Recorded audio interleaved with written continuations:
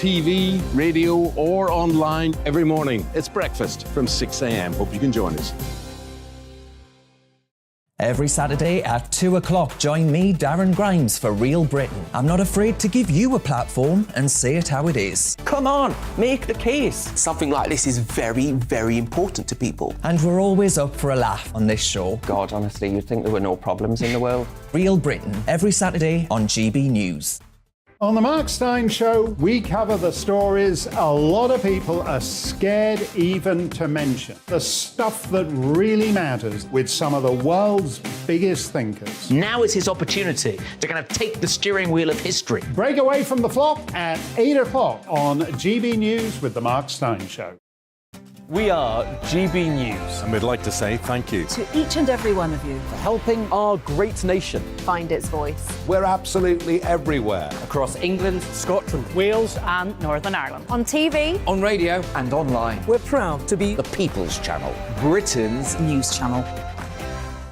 Monday on GB News. Join my new show, Bev Turner Today, from 10 a.m. There's never been a more interesting but also critical time in British politics, and I can't wait to bring you the biggest stories of the day with the best factual accuracy and also a few of my own opinions thrown in. We'll engage in passionate but always polite debate with your thoughts and opinions at the centre of it all. Monday to Thursday on GB News, it's Bev Turner Today from 10 a.m.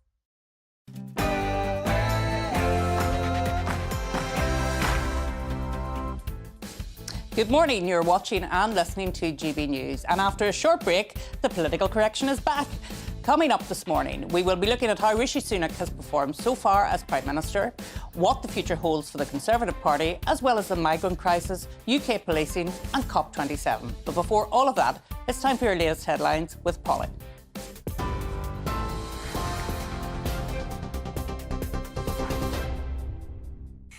Arlene, thank you, and good morning to you. The top stories from the GB newsroom today. The Prime Minister is expected to urge world leaders to work faster in moving away from fossil fuels as he vows to make the UK a clean energy superpower. Rishi Sunak is travelling to Egypt today ahead of the COP27 climate summit there. In an address to conference tomorrow, he's expected to warn that tackling global warming is fundamental to future prosperity and security. Mr. Sunak will also argue that the shock in oil and gas markets caused by Russia's invasion of Ukraine highlights the need to move to cheaper and cleaner sources of energy. Nurses across the UK have, for the first time, voted in favour of national strike action in a dispute over pay. More than 300,000 members of the Royal College of Nursing were balloted, the biggest ever in the union's 106-year history. Although counting is still underway, officials believe enough members have voted for winter industrial action. The walkouts are set to take place within a few weeks, possibly before Christmas. It's likely patients will face disruption to operations and appointments. The Immigration Minister has condemned what he's calling unacceptable levels of violence at an immigration centre in West London. Robert Jenrick said those responsible will be held to account and swiftly removed from the country. It's understood detainees with weapons caused a disturbance during a power cut at the centre near Heathrow. The government could revive the British Bill of Rights in a bid to tackle the number of migrants crossing the English Channel in small boats. Legislation would give the UK courts supremacy over the European Court of Human Rights, preventing judges in Strasbourg interfering in government policy, including sending migrants to Rwanda for processing. The bill was shelved by the former Prime Minister Liz Truss, but the Justice Secretary Dominic Raab said its return would end the abuse of UK law. At least 38 people have been injured in an apartment building fire believed to have been caused by an electric scooter in New York City. Video shows firefighters rescuing residents from the 20th floor of the burning building. 2 people are in a critical condition in hospital and 5 others were seriously injured. The New York Fire Department says it was the 200th fire caused by a lithium battery in the city this year. And staying in the United States, midterm elections are on the horizon, and the biggest names in American politics are in the state of Pennsylvania trying to tip votes in their favour. Donald Trump has been showing his support for the Republican candidate and TV personality Dr. Mehmet Oz. Meanwhile, Joe Biden and Barack Obama are both campaigning for the Democrat nominee, John Fetterman. Mr. Obama emphasised the importance of the vote. A fair economy that gives working people a fair shot. That's on the ballot. Fundamental rights are on the ballot. Truth and facts and logic and reason and basic decency are on the ballot. Democracy itself is on the ballot. The stakes are high. And at the Republican rally, Mr. Trump dropped another hint that he might run again for president. I promise you, in the very next very short period of time, you're going to be so happy, okay? And one of the reasons I don't want to do that right now, because I'd like to do it. But you know what? And I really mean this. I want to have the focus tonight be on Dr. Oz and on Doug Mastriano. Now, Twitter has launched a subscription service that allows users to buy the blue tick verification symbol next to their name for a monthly fee of £7. Self-styled chief twit and new owner of the social media site, Elon Musk, has implemented the new measure to stop Twitter losing money. The company lost almost £195 million last year. The blue tick verification system was previously used to identify authentic or influential users on the platform. The Prime Minister has announced an extra bank holiday to mark the King's coronation next year. The holiday will take place on Monday, the 8th of May, after His Majesty's coronation on the previous Saturday. Rishi Sunak says he looks forward to seeing people come together to celebrate and pay tribute to King Charles III. You with GB News? That's all the news for now. More as it happens. Now back to Arlene.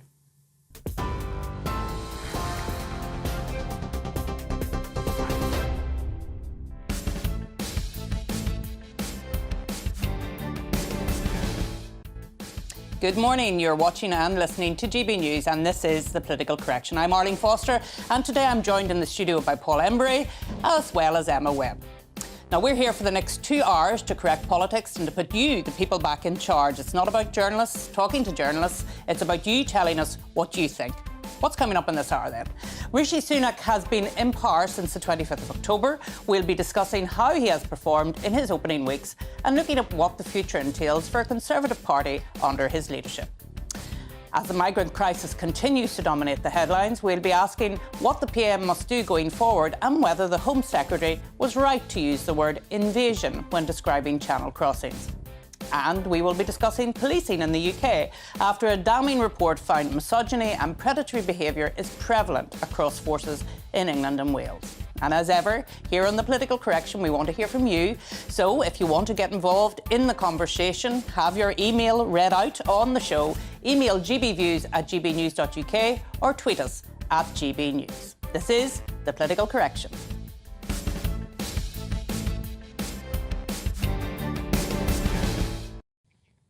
Well, it's been somewhat of a baptism of fire for Prime Minister Rishi Sunak, who became Prime Minister without a membership election or indeed a public mandate. Voters roundly rejected Liz Truss and her platform of economic radicalism and seem to be warming to the safe pair of hands that Sunak and the Chancellor Jeremy Hunt are offering. Of course, the Prime Minister is facing down a tough series of challenges this winter as the energy crisis continues to spiral out of control and public sector unions threaten strike action over stagnating wages. So has Rishi Sunak shown he has got what it takes for the job, or is he due to end up like his predecessor, shunted out of the party without so much as a backward glance? Well, I'm going to start with you, Paul. I'm sure you have some views on how Rishi is performing. Well, I think, Arlene, he's more prime ministerial than Liz Truss, and, you know, a bit more kind of statesman-like and arguably more competent. What troubles me is how did he get to Downing Street in the first place? And the truth is that Rishi Sunak is essentially a prime minister for the markets. And that is something that troubles me in a democracy. Now, Liz Truss embarks on a kind of economic crusade which I certainly don't agree with, and I think would have been very damaging for the country, this kind of brand of economic libertarianism. But at least at the beginning, there was a bit of a return to ideology, which I think in these days where so many politicians agree with each other was not by itself a bad thing, even though I vehemently disagreed with the ideology itself. But the broader question for me is not so much, whether Rishi Sunak is better than Liz Truss, but whether or not it should be the people who elect and decide who leads their country, or whether the market should have such a say. And they have clearly, in the last few weeks in this country, the markets, exerted huge influence. And I think that raises the question of whether or not it would even be possible nowadays for any sort of government to implement any kind of radical economic policy, because, let's be blunt, most of them are going to be fearful that the markets are going to resist it and the markets are going to be spooked and, oh God, that's something we can't do, we can't spook the markets. Now, the truth is, if a Labour government ever came to power with a radical economic manifesto, be in no doubt that the markets would probably react in a fairly similar way. You might see a run on the pound and capital flight and that kind of thing. And the question then is, what does the Labour government do in those circumstances? Does it say, well, actually, we're not going to have the City of London deciding democracy in our country. We're going to deliver on our programme that we were elected on, or we're going to give in to the markets? That seems to me to be the much broader and more relevant question about what's gone on in our country over recent weeks.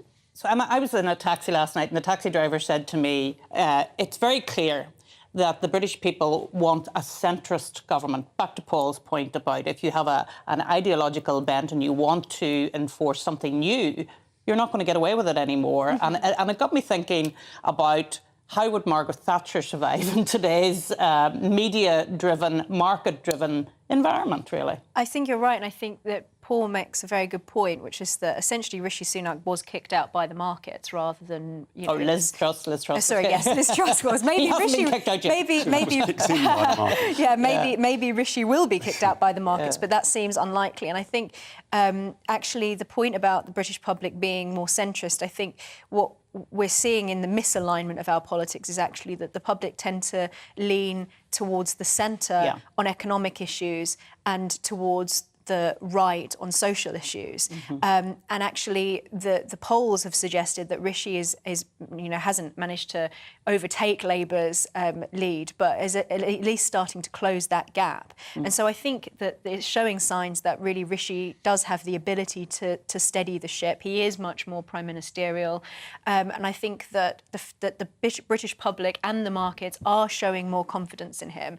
I think it's a shame that on the economic front, and I don't agree with everything that Paul has said. I think it's a real shame the way that this is being painted broadly in the mainstream media, that this huge hole in our budget has been somehow created by Liz Truss's very, very brief stint as Prime Minister, rather than as a result of things like the irresponsible furlough policy that actually, to some degree, Rishi Sunak played a role in that. So I think that our analysis of Liz Truss and Rishi Sunak and the overall situation has been somewhat skewed by the dominating narrative in the mainstream media. Yeah, and we've seen Starmer and Sunak go against each other in Prime Minister's questions now. Paul, how did you think that worked out compared to Liz Truss and Starmer? It was a much better performance, wasn't it? Sunak is a more competent performer. There's absolutely no doubt about that. I think he comes across fairly well at the dispatch box. I think he's fairly decent in front of the media. But I have to say, Arlene, I don't think, when it comes to PMQs, I think it's something that sparks the interest of political obsessives, the Westminster Village and so on and so forth. They see it as almost like the end game, who performed the best this week. Actually, the bloke in the Dog and Duck and the man on the or the woman on the Clapham omnibus really don't give a stuff, I don't think, about this sort of thing. And they see that kind of Yahoo politics style. They see the punch up on the TV because it's broadcast, on the 10 o'clock news or whatever. And I think actually it switches people off. I don't think the public generally are particularly interested in that. I think the public want a debate, particularly now during a cost of living crisis where people are struggling to make ends meet, worried if they can pay their mortgage, worried if they can put the food on the table. They want politicians on both sides engaging in serious analysis and proposing serious policies about how to address that. When it comes to issues like who's better at the dispatch box between Starmer and Sunak, I don't think most of them really give a tinker's cuss about it. Yeah, no, that's true. But the battle for the soul of the Conservative Party continues unabated. While Rishi Sunak's sensible faction seems to have supremacy for now, the party's poor showing in the polls is already provoking dissent on the backbenches. After the landslide election of Tony Blair's Labour Party in 1997, commentators suggested that the Tories may well be a spent electoral force. While they managed to make a dramatic comeback, of course, it came after decades of soul-searching and reform. So, Emma, what is the future for the Conservative Party? Is it about being in that centrist ground and not aspiring to be Thatcher Mark II? I think you've touched on it. I think the future of the Conservative Party is looking increasingly unconservative, and I think we've known that for a very long time. There are different forms of conservatism. We've referred to free market liberalism for a very long time as conservatism, but that is not the only option. There is a political philosophy of conservatism that hasn't had any representation in our politics for a long time that I think actually resonates with the majority of the British public. I think things like the discussions that we've seen in the last couple of days with Jeremy Hunt's proposals about taking on pensions as a way of raising money for the coffers, basically. I think that is something that is going to be extremely unpopular, particularly with the Tory base. I think that their chances of doing well, let's say, at the next election, whether or not they'll actually be defeated by the Labour Party, I don't know. But I think that they are in real hot water. And I think one of the reasons why we have seen this increasing confidence in the electorate, on the opinion polls, in Rishi Sunak, is simply because the Conservative Party has quite literally stared into the abyss. The situation was so bad towards the end of those Liz Truss days. And I think that was something to do with a fundamental problem in the party, more than it was to do with Liz Truss herself. I think the fact that the Conservative Party have stared into the abyss, at least temporarily, has sort of put their feet to the fire. But I think that the problems within our politics are so fundamental that it's not just a crisis for the Conservative Party, that actually going forward the next election, I think things will become increasingly unpredictable. And so I think it would be a fool's game to put any wagers on what the Conservative Party will look like in the future, whether it will split into two parties, into multiple parties, whether we'll see a third party, like the Reform Party, for example, rising up in the polls, and they're already at 6%. So I think that it would be very, very difficult to call it, but I think it would be fair to say that at least a large faction of the Conservative Party going forward wouldn't rightly be described as conservative. Yeah. And Paul, you and I have talked about a lot the issue of will Starmer be the next Prime Minister, and you've always made the point that just because you're ahead in the polls at a particular point in time doesn't mean that you're going to win the next election. But after the Liz Truss period, I mean, the Conservatives were so low in the polls, it was quite obvious that Starmer, if there had been an election then, he would have had an overall majority. I mean, do you think he can stay the course? Because I've been reading today that he's continuing to try and deal with what he would see as Corbynistas in the party. And there are some people saying I'm being deselected for very spurious reasons. Do you think he's trying to get ready for becoming Prime Minister and leading a government?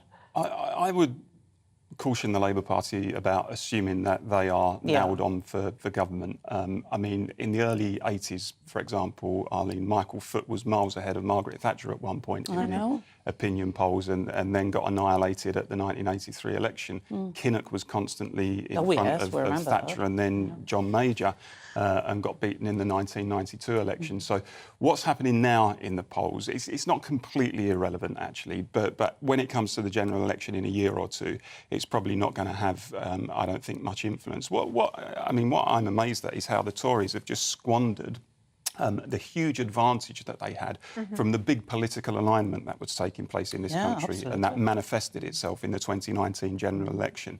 That was where they won lots of working class seats, red wall seats, on the basis of promising to get Brexit done, on the promise of levelling up, on the promise of being actually not a government that rolls back the frontiers of the state and passes everything over to the market, but says actually we'll intervene in the economy in a way that's going to improve your lives and is going to improve your communities and bring jobs to you.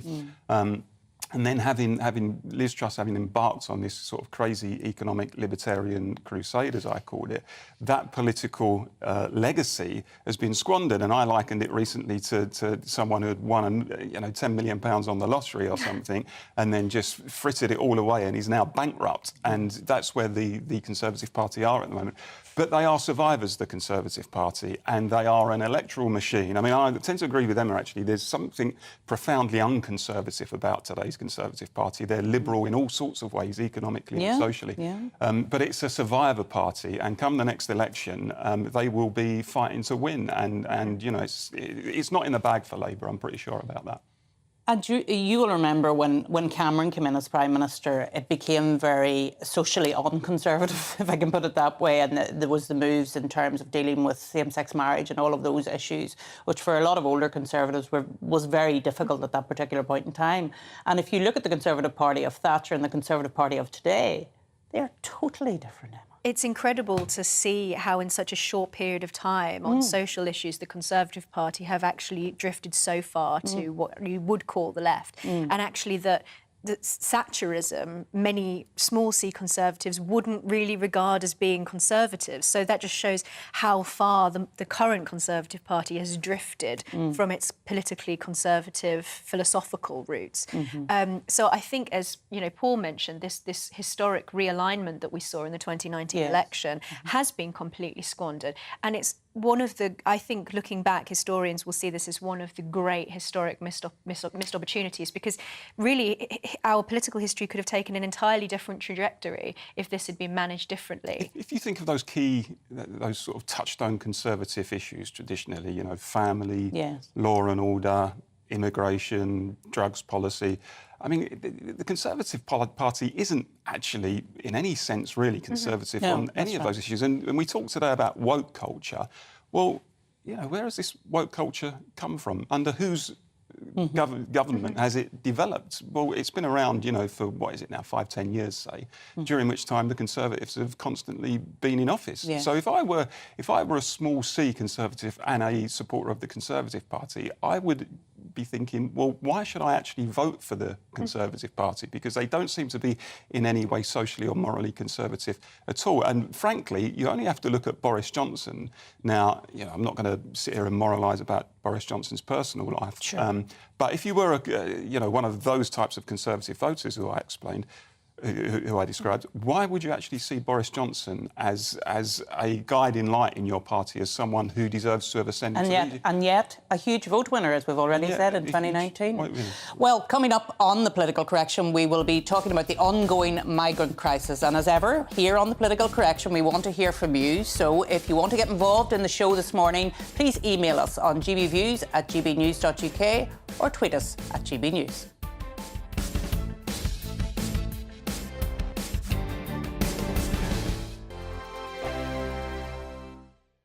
Every morning from 6 o'clock, we'll wake you up with GB News Breakfast with all the stories you didn't know from the night before. So whether it's serious news, entertainment, or your own views from all over our great nation, we're here to kick off your day with a smile. And the national media should be reflecting and reporting what's happening here. You will notice the northwestern accents.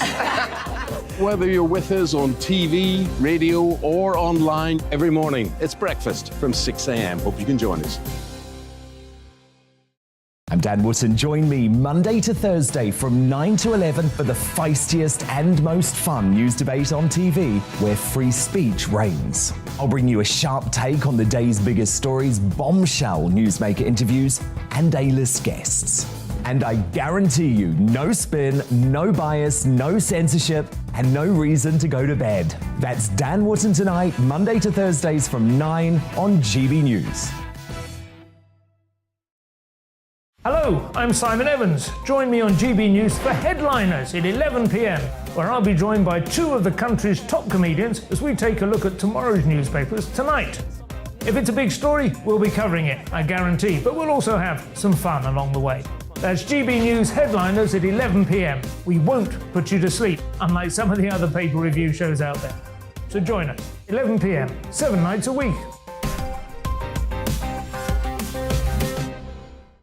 Hello there, it's Eamon Holmes here from Breakfast on GB News. We're not just on your television and your screens, you know. We're on DAB plus digital radio, so you can listen to your favourite shows on the move. If you've not yet listened to GB News Radio, it's very simple. We're on your radio player and TuneIn apps, on your smart speaker, phone or tablet, or online at gbnews.uk. Take us with you wherever you go. GB News Radio. You never have to miss a moment of the People's Channel.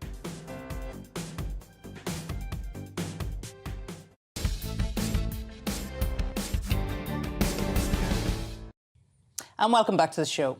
Well, it's been widely reported that overcrowding at the Manston Asylum Processing Centre in Kent has led to outbreaks of disease and violence, where some 4,000 people were being held in a building designated to accommodate 1,600. There has been increasing pressure placed on the Home Secretary to get a hold on Britain's migration crisis as illegal channel crossings hit never-before-seen levels. And this week, Suella Braverman found herself facing criticism after she described the number of crossings as an invasion into the UK. Well, joining us now to discuss the situation is political commentator Reem Ibrahim.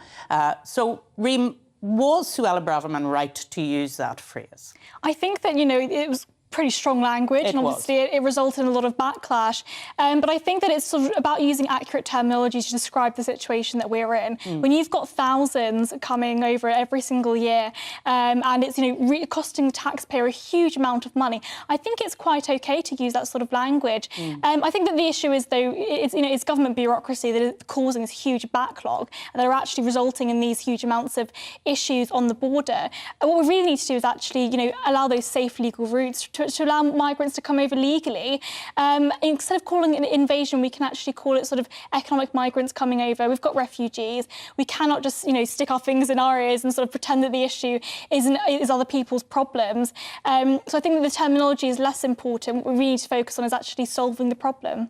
And Emma, I know you have very strong views on this. And I mean, post-Brexit, it was about controlling our borders, not shutting our borders, but controlling our borders. And that's not happening. And clearly it's not happening. No, not at all. And I think, going back to our previous conversation about the Conservative Party, there's this kind of cringing attitude amongst some of them where even the idea that you would have borders is somehow embarrassing. And I think that, as you were saying about, the use of the terminology invasion, the fact that the French now recognise the fact that they dismantled these vast Albanian criminal networks in 2018, and that was exactly the point at which it seems that they turned their focus on the UK, and that was the point at which the numbers started to go up exponentially. And so when we talk about asylum seekers, we talk about economic migrants, there's this third category of intentional criminal activity, smuggling people across the border to enter into the underground economy here. And actually we know that these Albanian criminal gangs have taken over, for example, the cocaine market in the UK and are involved in all sorts of criminal activity. So for the Home Secretary to describe the huge numbers of Albanian young men who are coming over the channel, orchestrated by these criminal gangs, as an invasion, I think is appropriate terminology, actually.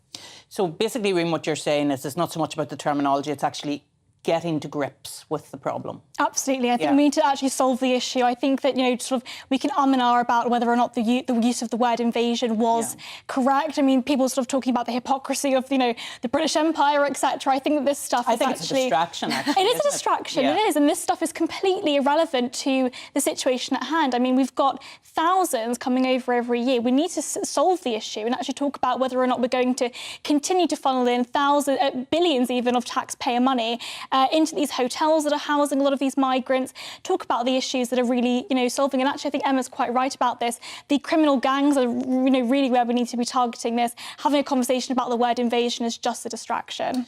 Yeah, I spoke to a Labour Party candidate down in Dover and Deela on Friday, and he was saying that the Labour Party would control our borders and they would deal with the issues in a very effective way. There was a lot of claims that the Labour Party would deal with it differently. But what is the crux of the matter? I mean, what needs to be done to deal with this issue? We need to have these safe legal routes to migration. I'm actually, maybe this is where Emma and I might disagree, but I'm actually pretty pro-immigration. I think that immigration is good for the economy.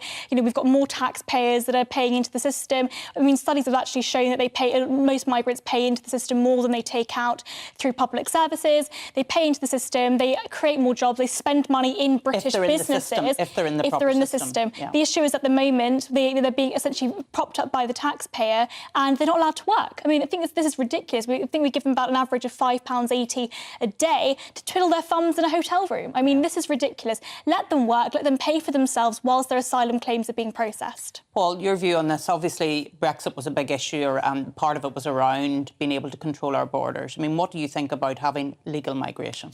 Well, I mean, I'm pro-immigration, and I think the vast majority of people in this country are pro-immigration, but most people are not pro-open borders. Yeah. Actually, most people want strong borders. Yeah. And by the way, there's nothing ignoble about wanting to have strong borders. I mean, most working-class people I meet, many of whom would call themselves Labour voters, want strong borders. They want the government, the state, to be able to control who comes in and who goes out of the country. And the problem is that for too long, for years now, the whole system has been broken and it's been seen as a free-for-all. And the really disappointing thing about that is, as I've said on this show before, it's made the whole debate toxic again. We've moved on from the 1970s when the National Front were on the march and immigration was a running sore in our society. And it's almost like we've reverted, not as bad as that, but nonetheless it has become, again, an issue of contention in our society. I mean, I'd be interested, Remy, you talk about safe and legal routes, but the reality is, if you apply that policy, it's essentially just going to send a message to the whole world, look, there's a route here, and it's just going to increase the numbers to a point that's even more unmanageable. That's the reality, isn't it? I think that the reason why the numbers are increasing so significantly is because of how generous our welfare system is. Essentially, what we've promised the world is if you come over, you end up getting housed, you end up, getting benefits, and you end up being paid. This is money that we, as British workers, have paid into the system. We deserve to be able to take out of it. Instead, what's happening is we're essentially, it's a magnet to migrants to be able to come over and actually take so much out of the system that they've not paid into, which is why I think the solution is just letting them work and actually putting a wall around the welfare system, a sort of metaphysical wall around the welfare system, so that only those that have paid into the system can take out of it. I think that will actually reduce the numbers of migrants coming over significantly. And the crime gangs, which you mentioned, Emma, they're a real concern, of course, to the police, but of course to us as ordinary citizens as well. Yeah, absolutely. And actually, it's only been a couple of weeks since there were these news stories about people actually breaking into homes in Kent, people who have experienced horrendous situations of people coming into their house and demanding that they drive them to Manchester or otherwise let them use their phone or their computer and that kind of thing, making them lock their dogs in the bedrooms. And when we talk about the history of British colonialism, we never invaded Albania. So I think that there's a real dishonesty actually in the migration debate. And I think that most, as you were saying, most people are not against migration full stop. We're happy to have a reasonable number coming in every year. The problem is that this is mass migration. Since the doors were basically wide open in the 1990s under Tony Blair, we've seen the numbers go up and up and up to the point where it's completely unsustainable. So I think, most people would like for us to be able to prioritise genuine asylum seekers and not to be swamped with all of these economic migrants. But we cannot take in the whole world. It's that dishonesty in the debate, I think, that really angers people, because there is a distinction between refugees who are genuinely fleeing war and persecution and other people, and I don't condemn them for it, by the way, who are simply trying to seek a better life on economic grounds by coming here. And I think most people look at it and say, look, yes, we should take refugees in genuine fear of their lives, and yes, we should take a proportion of economic migrants as well. That's a sensible thing to do, but the thing has got to be managed and controlled properly. And when they see thousands of undocumented, mainly young men turning up from Albania, which is a relatively safe and peaceful country, and he's not at war, and he's vying to be a member of the EU, actually, And they're turning up undocumented on our shores. People simply say, and they're right, this is not sustainable and something needs to be done. And by not doing anything about it for so many years, we're turning people, I think, against the idea potentially of immigration per se, which would be a really sad thing. It should be decided by the electorate. Yeah.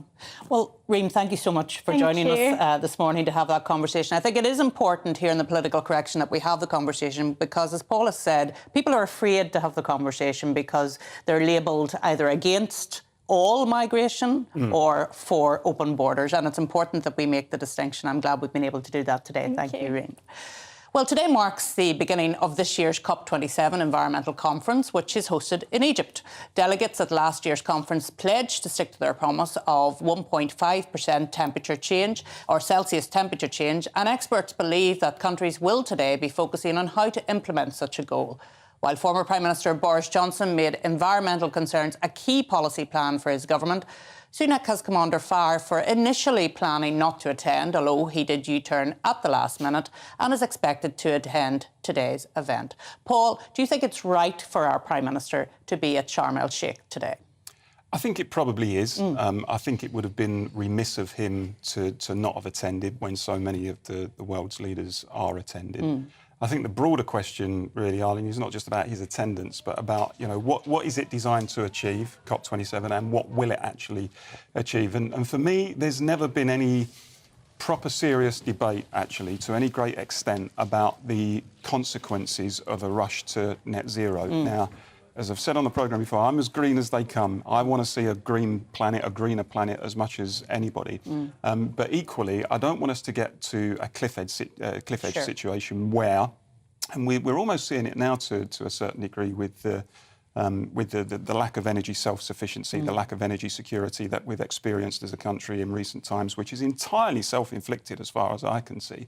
And we haven't had a proper debate about that. But we don't want to get to a situation where, you know, the lights are going off, where people can't heat their homes, where people's jobs and industries are just potentially disappearing, and there's no proper transition, there's no guarantee that they'll have work in future industries. And I think back to the miners' strike in the mid-1980s, when the pits were just suddenly closed because, you know, wrongly in my view, the Thatcher government decided they were uneconomical. And actually look what it did to those communities. Thousands of men, because it was all men at the time, were thrown on the scrap heap. Pit communities went downhill. They suffered the effects, the social decay that came about as a result of that, the violence, the family breakdown, etc. And I've got a real fear that if we just essentially try to erase these industries, and by the way, when carbon emissions are still being pumped out by countries like China and the USA to their heart's content, seemingly, you have to kind of wonder if really it just boils down to posturing on our part, that we're putting ourselves through all of this when it's not going to have any greater impact in the long run. So a greener planet, yes, but please let's have a serious debate about what net zero means. And that's what I hope we have at COP27, because I think it was right. I think he should go, because apart from anything else, we're handing over the presidency of COP26 to COP27, Emma. My goodness, COP26 seems an awfully long time ago. Boris Johnson was the Prime Minister. He was driving his environmental agenda through. I mean, what really did COP26 achieve, Emma, given everything that has happened with the war in Ukraine and the energy crisis and our own security of supply issues that we have? Well, not very much. I think that COP is basically an elitist talking shop to make world leaders feel better about themselves and to placate the environmentalist lobby, I think. And so I think it is right that he went for diplomatic reasons. I think it would have been quite weird, actually, if he hadn't have gone. But what I'm more concerned about, as Paul alluded to there, is the statements that he's been making about this, because I think this pursuit of net zero, not just in the UK but around the world, has shown itself already to be inhumane. This is something that has huge implications for people's lives, and it's not something that has ever really been properly put to the electorate. And what we've seen in the Netherlands is that this pursuit is causing serious problems, including potential food shortages. And so given that we are currently facing serious economic crisis, I think it's frankly irresponsible for the government to continue their pursuit of net zero without having any real discussion about what the consequences of that is. And I think that it's something that fundamentally needs to be put to the people, because, like I say, I think that a lot of the green agenda is irresponsible and inhumane. I suppose it's a bit like the last discussion we had on migration. It shouldn't be either one or the other. We should be moving in the direction of dealing with climate change, should we not? But in a way that allows us to transition, that doesn't do damage to our own citizens. Is that not the way we should be going? Yeah, there's a great scene in a very British coup where the Labour Prime Minister, left-wing Labour Prime Minister, is intent on decommissioning nuclear power, essentially, and meets a trade union leader who represents the power workers. And the trade union leader, Reg Smith, says, look, my members just see their jobs and industries disappearing out of the door, and they're not going to be bought off with promises of windmills. And I think that's probably a situation that we're in now, where lots of people working in the energy industry are thinking, well, hold on a second, what does this mean for me? What does it mean for the future of my industry? What does it mean for my communities if entire industries just disappear? And the truth is, renewables are unreliable. That's the reality of it. If renewables were nailed on in terms of being able to guarantee our energy security, then there wouldn't be so much of a problem. Well, it's our lack of storage is the problem. It's a lack of storage, and the idea, the spectacle we've seen over recent years of various kind of energy secretaries of state for energy going around to coal-fired power stations and having their picture taken, celebrating the fact that a coal-fired power station is being closed and saying, isn't this great, look how green we are. And then all of a sudden, all it took was one international crisis. And we're thinking, heavens, we may be moving to a 3-day week. There may be energy blackouts in the winter, as we've heard some of the talk. That is a serious issue. It's been self-inflicted, and we've got to have a proper debate about that. We certainly do. But coming up on the political correction, we're actually going to be joined in the studio by a spokesperson for Just Stop Oil. So don't go anywhere.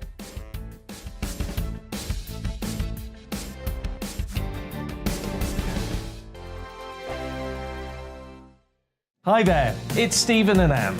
At breakfast from 6 a.m, you'll always be caught up with everything you need to know, the latest headlines, opinions and debates. We'll bring you the good news and the bad, but most of all, we're here for you. Remember, send in your views and let us know what you would like us to talk about. That's because we're your news channel. And every morning at 6 a.m, it's breakfast on GB News. We are GB News, and we'd like to say thank you to each and every one of you for bringing us your conversations, for helping our great nation find its voice. We are here for you on radio, television, and online, across England, Scotland, Wales, and Northern Ireland. It's not the BBC, you actually get your facts right. We are proud to be GB News, the People's Channel, Britain's news channel. Join me, Nana Akua, on Friday, Saturday and Sunday afternoons on GB News. Expect fiery debate and passionate discussion as me and my panel tackle some of the biggest topics hitting the headlines.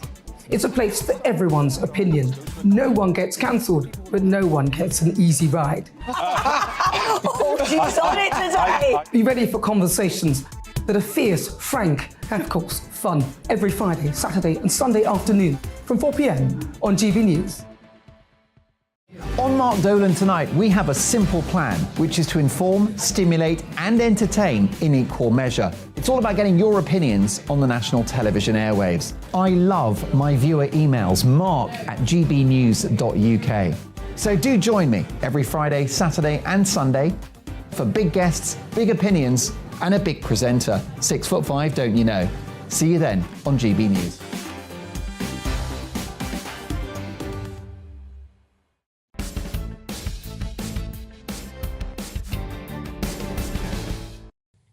Welcome back to the show. Well, the controversial environmental group Just Stop Oil have pledged to continue their campaign of public disruption over the coming months. Protesters have taken to gluing themselves to works of art in public collections and spraying public buildings with paint.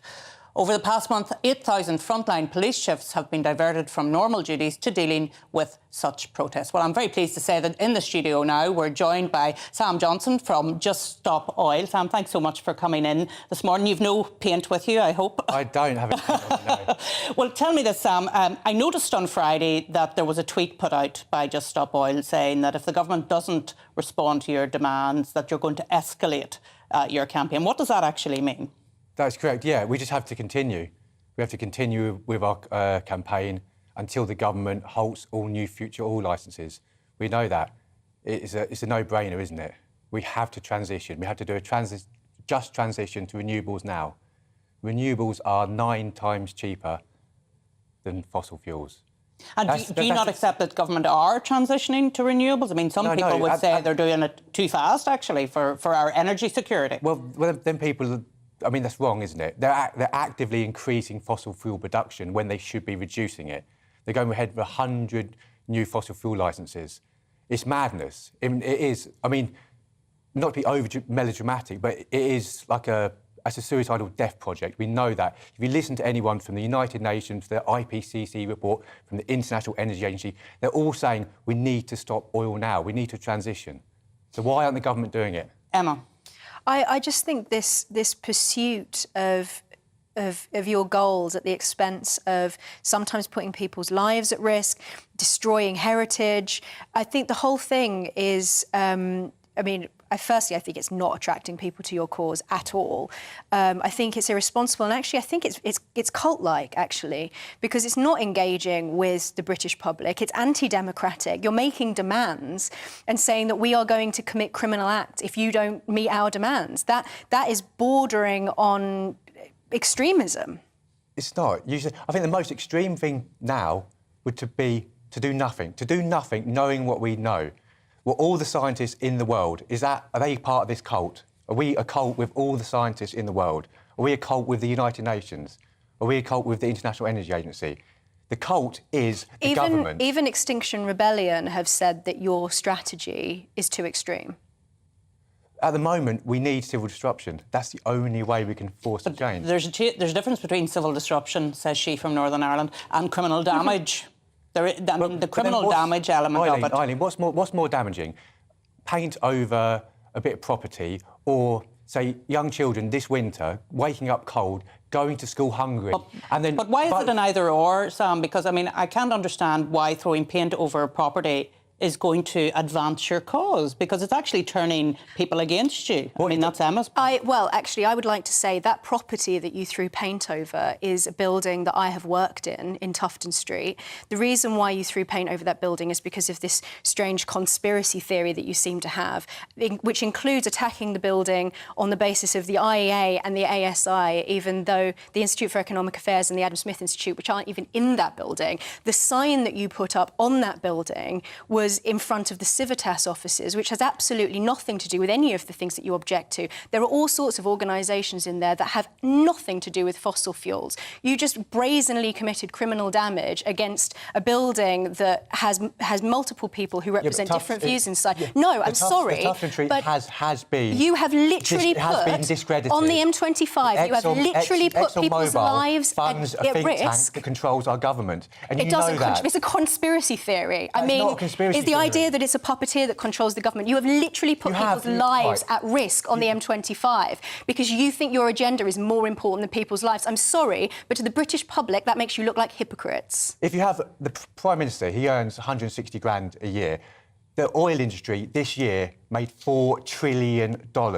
So you telling me the government's in control over the oil companies? The truth is, Sam, is the tactics, I think, just leaving aside the argument... 1 second, sorry. No, hold on. The tactics are self-defeating. And I mean, I say this as I've been a trade union activist all my adult life. I love a bit of protest. I've been one of those people who have occasionally sat down in a road and stopped the traffic if I'm trying to defend the fire service against cuts, for example. But you take the people with you, you get your messaging right, and you adopt tactics that take people with you. It seems to me all you're doing at the moment is alienating the public who support you, and actually putting pressure on the government inadvertently to take a harder line against you, because people are constantly saying, look, these people are disrupting our lives. What are the government doing about it? What are the police doing about it? So actually what you're doing is self-defeating, isn't it? Well, that's not correct. Basically, recently a poll came out and it said 2/3 of the British public support non-violent, peaceful demonstrations. Well, there are lots of different forms of non-violent demonstrations. That is true. That is true. But that's what they're saying. So they will get on board. And the fact is the media are failing us. The governments are failing us and the media are failing. I shouldn't be here. People shouldn't be sitting on the M25. People shouldn't be sitting on whatever road you're talking about. Let's be blunt. You would have net zero tomorrow, regardless of... Oh, no, not at all. Regardless of the consequences. No. You would have... Oh, no, I'd have a just transition. With 8 years' worth in oil licences, we need to have sort of a space-age mentality. The dream about going to the moon, to Neil Armstrong landing on the moon, was 8 years. we done that. Humans can achieve amazing things. Why don't we try and do this? Why are we allowing vulnerable people, men and women, this year, over winter, to freeze to death in their own homes? We should be windfall taxing the oil companies, and we should be protecting the most vulnerable people in society. Or perhaps we should have maintained our energy security rather than run down our coal-fired power stations, rather than not properly exploring clean coal technology, rather than not exploring fracking and that kind of thing, rather than not building nuclear power stations when we should have done. We need energy. We cut the green crap, your didn't we? Your renewables. And that's why we're in this problem. Your renewables, Sam, and, you know, in principle, why wouldn't we want renewables? Of course we want renewables. 9 times cheaper? They're unreliable, though. That's the problem. They're unreliable. They are not. This is a myth. It's all very well saying let's move to net zero. Let's move to renewables. But if that means that the lights are going to go out, if it means that people can't heat their homes, if it means that entire jobs in industries are going to be destroyed, there's no reason why. Then actually you've got to face up to that. A new oil licence that are going to issue this year or next year won't have any bearing on people suffering this winter, and you know that. We need to make a transition. You know that we have everything we need to do. The only thing we're doing is kicking the can down the road. We are making a transition. We're not. We're going in the opposite direction. Paul, you know that. The opposite direction. Well, when you've got, as we touched on just before you came into the studio, when you've got the spectacle of Secretary of States for Energy over recent years having their pictures taken next to coal-fired power stations which have been decommissioned and celebrating it, and we've seen all it's taken is one international crisis to create a knock-on energy crisis in our country, actually, there clearly is a transition going on, and some people are fearful that transition is too quick, not too slow. No, they shouldn't be. Basically, Antonio Guterres, the Secretary-General of the United Nations, said any further future investment in fossil fuels is moral and economic madness. We're heading to a dead end. We need to change now, and we need to make a just transition. That's not all we're asking for. 8 years, but we have to start immediately. You can't disagree with that, can you? Well, in principle, my fear is that it would be moral and economic madness to go to a situation where there's a cliff edge which leaves people, you know, freezing in their homes and not being able to heat their homes, and not being able to keep the lights on, seeing elderly people die, seeing jobs in industries disappear, seeing the sort of ravaged communities that will happen from that. And as I said before you came in, we can all be green. I think most people nowadays are green. They follow the green agenda. They want to be more environmentally friendly. Can I pick you up at that point? But the process needs to be sensible. The problem is everyone is doing their bit. Individuals are doing a bit. But it's come apparently clear that none of that's going to make any difference as long as the governments in the UK and around the world continue to push forward fossil fuels. It won't make a blind bit of difference. The last word or the last sentence on the IPCC report said we have a brief and rapidly closing window to secure a livable future. Well, but also I just want to give Emma the last word because we are running out of time. We could talk about this all day, and I'm really pleased that Sam came in to have this conversation. But Emma, just last. Don't you think it's hugely arrogant that your tiny group thinks that it knows best and isn't willing to engage in the arguments from other sides? You talk about scientists as if there's one definitive opinion. You're basically behaving like Veruca Salt from Charlie and the Chocolate Factory, saying, I don't care how I want it now, and making demands without even bothering to listen to what the implications of that might be for the British public. We always listen to the British public, and we will say this: if you come and join us, we won't have to do these so-called extreme actions. Everyone come to the streets. If you want to get involved in Just Stop Oil, visit the website, look at a Zoom, join a local group, and the people of Britain have to come together to fight our corrupt, genocidal government. That's what has to happen. Sam, I don't think we're going to have a meeting of minds in the studio, but I do want to thank you for coming in and having that discussion this morning. Eileen. That's Sam Johnson from Just Stop Oil. Well, British policing is undergoing an identity crisis as several damaging scandals batter the force and turn off new recruits. Officer resignations have risen by 72% over this last year as bobbies on the beat feel they have been let down by senior management. To make matters worse this week, a damning report found misogyny and predatory behaviour is prevalent across forces in England. In an article this week, former volunteer police officer and prison governor Ian Atchison described the report as depressing, adding that the crisis is both self-inflicted and externally charged. Well, we're delighted to say that Ian joins us now. Thank you so much, Ian, for joining us this morning. The report was pretty damning, Ian, I think it's fair to say. And I mean, I think back to a number of years ago when someone was joining a police force. It wasn't just the individual themselves that was vetted, it was their whole family that was vetted to make sure that this was an appropriate person to come forward and join the police. Why have things got so badly wrong? Well, good morning, and thanks for having me on. I think that that there are several issues here that have collided. There's a kind of short-term issue, which I believe is related to the emergency uplift of police officers following what I would call, about 5 or 6 years of criminal stupidity through austerity, where large amounts of experience were levered out of the police service. When that was discovered to be a mistake, although I don't think we've actually had a formal apology for that, and all the metrics were going in the wrong way in terms of police availability and visibility in communities where they absolutely should be, then there was an emergency uplift, and there was a manifesto commitment by the Conservative government to raise the threshold by 20,000 police officers. Now, actually, that recruitment seems to be going relatively well. I believe the target is about 77-78% complete now on that manifesto commitment by Boris Johnson to have 20,000 additional police officers recruited by 2023.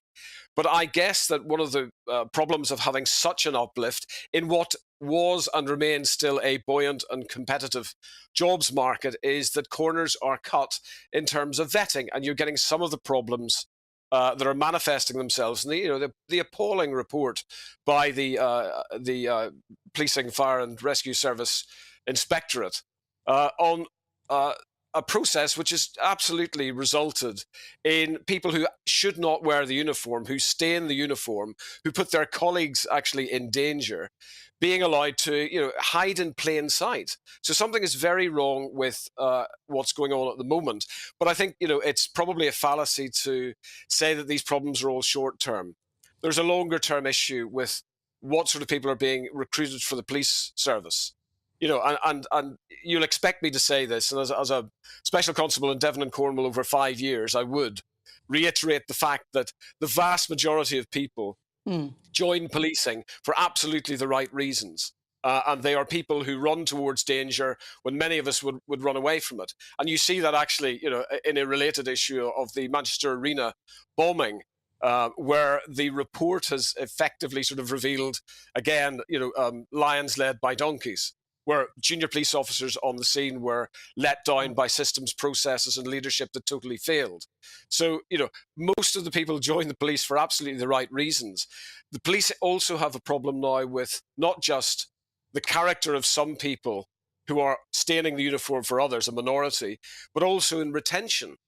So even with that 20,000 uplift, where I'm sure corners were cut, vetting wasn't done properly, visits to homes didn't take place, a lot of stuff took place online, you're seeing police officers now under such extreme and extraordinary pressure from a whole host of different sources, including, I would say, trying to police the environmental activism as well, that they're simply giving up and leaving.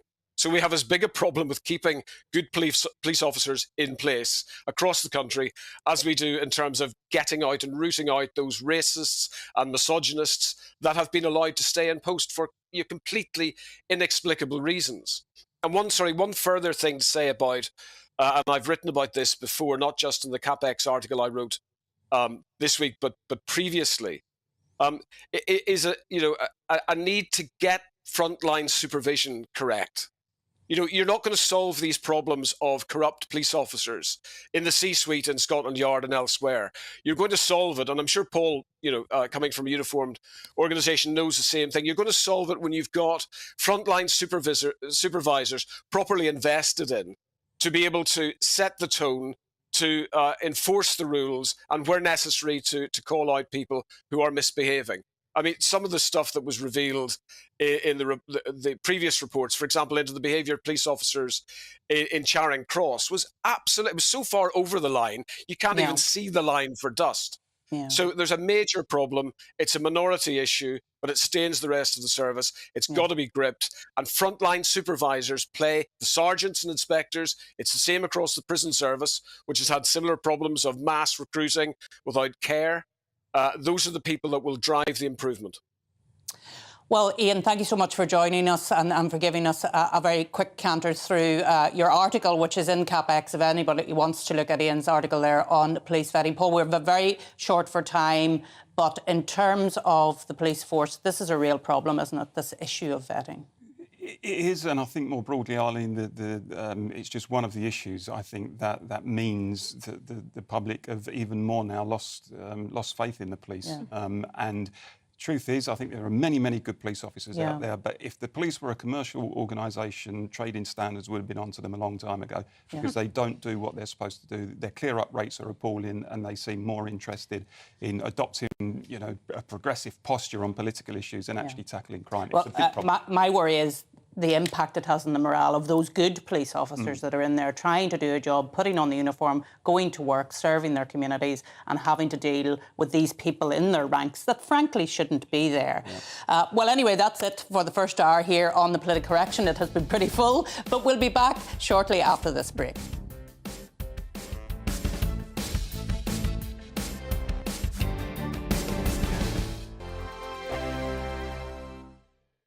Join my show Farage, 7 p.m. till 8 p.m. Monday through Thursday. And there you will get opinion, analysis, debate, and I'll cover stories that nobody else dares to touch. You've been cancelled. Join the club. Oh, my goodness me. And then for the last 15 minutes, talking pints. We're over a drink. We have a civilised conversation with someone. We very often disagree, but we do it in a grown-up way. Come and join me on Farage. We are GB News. And we'd like to say thank you To each and every one of you. For helping our great nation. Find its voice. We're absolutely everywhere. Across England, Scotland, Wales and Northern Ireland. On TV. On radio and online. We're proud to be The People's Channel. Britain's News channel.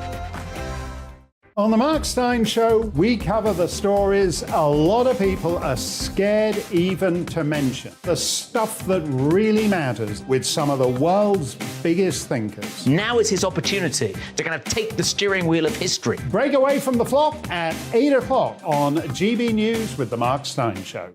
Every Saturday at 2 o'clock, join me, Darren Grimes, for Real Britain. I'm not afraid to give you a platform and say it how it is. Come on, make the case. Something like this is very, very important to people. And we're always up for a laugh on this show. God, honestly, you'd think there were no problems in the world. Real Britain, every Saturday on GB News.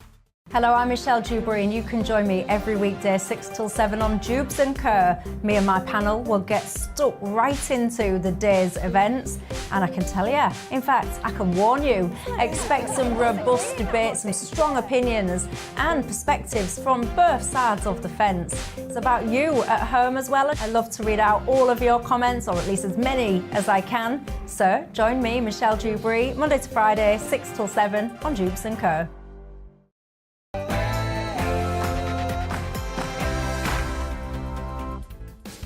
Good morning and welcome back to The Political Correction. Well, we've got lots coming up this hour. We'll be looking at the mid-term elections over in the United States, ongoing talks on the Northern Ireland Protocol, which never seem to end, as well as major infrastructure projects in the UK, which could be axed. That plus plenty more after the latest news with Polly.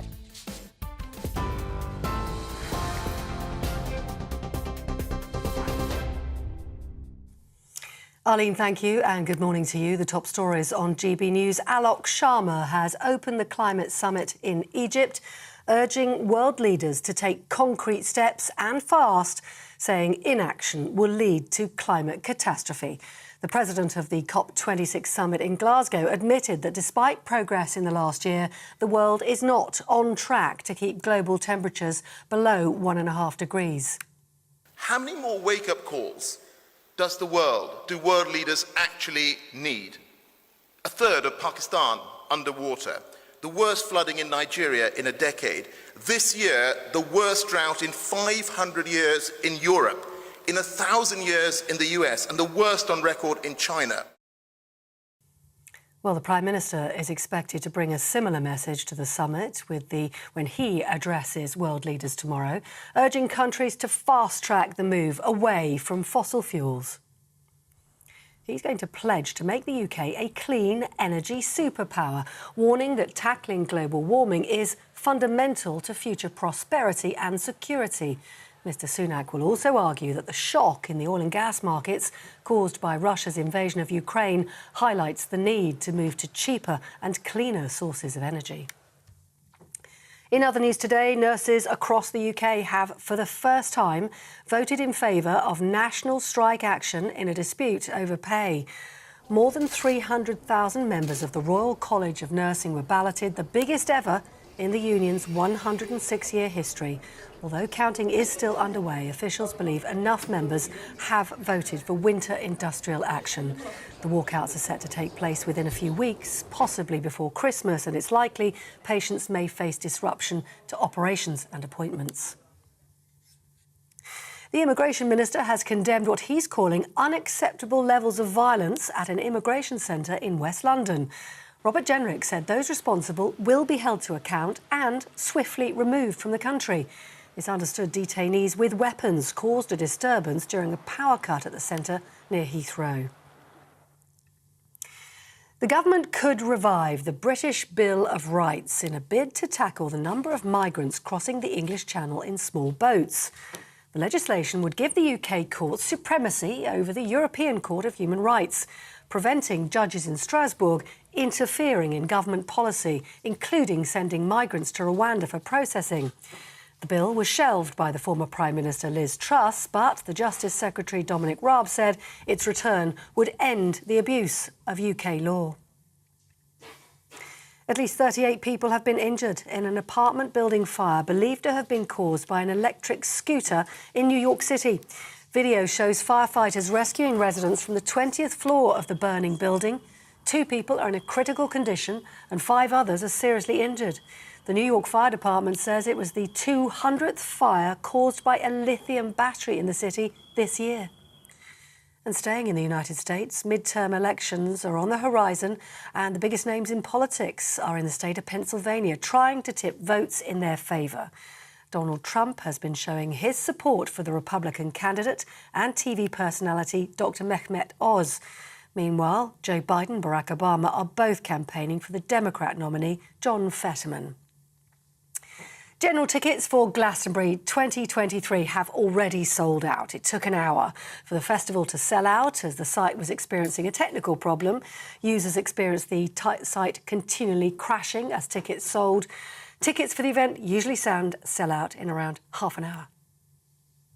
And staying online, Twitter has launched a subscription service that allows users to buy the blue tick verification symbol next to their name for a monthly fee of £7. The self-styled chief twit and new owner of the social media site Elon Musk has implemented the new measure to stop Twitter losing money. The company lost almost £195 million last year alone. The blue tick verification system was previously used to identify authentic, influential users on the platform. And lastly, the Prime Minister has announced an extra bank holiday to mark the King's coronation next year. The holiday will take place on Monday, the 8th of May, after His Majesty's coronation on the Saturday. Rishi Sunak says he looks forward to seeing people coming together and celebrating and paying tribute to King Charles III. That's it. You're up to date on GB News. More news as it happens. Let's get back to the political correction.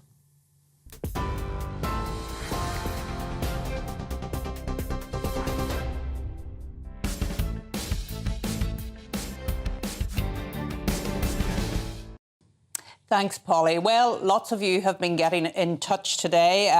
Paul, what have you got from our viewers today? We've got one from Jeff on immigration. Jeff says immigration is the easy way to grow GDP, but the only way, albeit more difficult, to increase the wealth of everyone is to grow GDP per capita. A shortage of cheap labour would also force companies to focus on efficiency. Yeah. So, Jeff. Very thoughtful there from Jeff. There's another one here in immigration as well. Suki saying invasion is a correct word when people arrive illegally, especially if they are not seeking asylum. Even those seeking asylum need to have a legal way of entering the UK. The word invasion is not racist or biased. If it was a few people, it would not be an invasion, but this is thousands, so they're backing for Suella Braverman there in terms of using the word invasion. What have you got, Emma? Alan says, Just Stop Oil must realise that government cannot give in to their blackmail.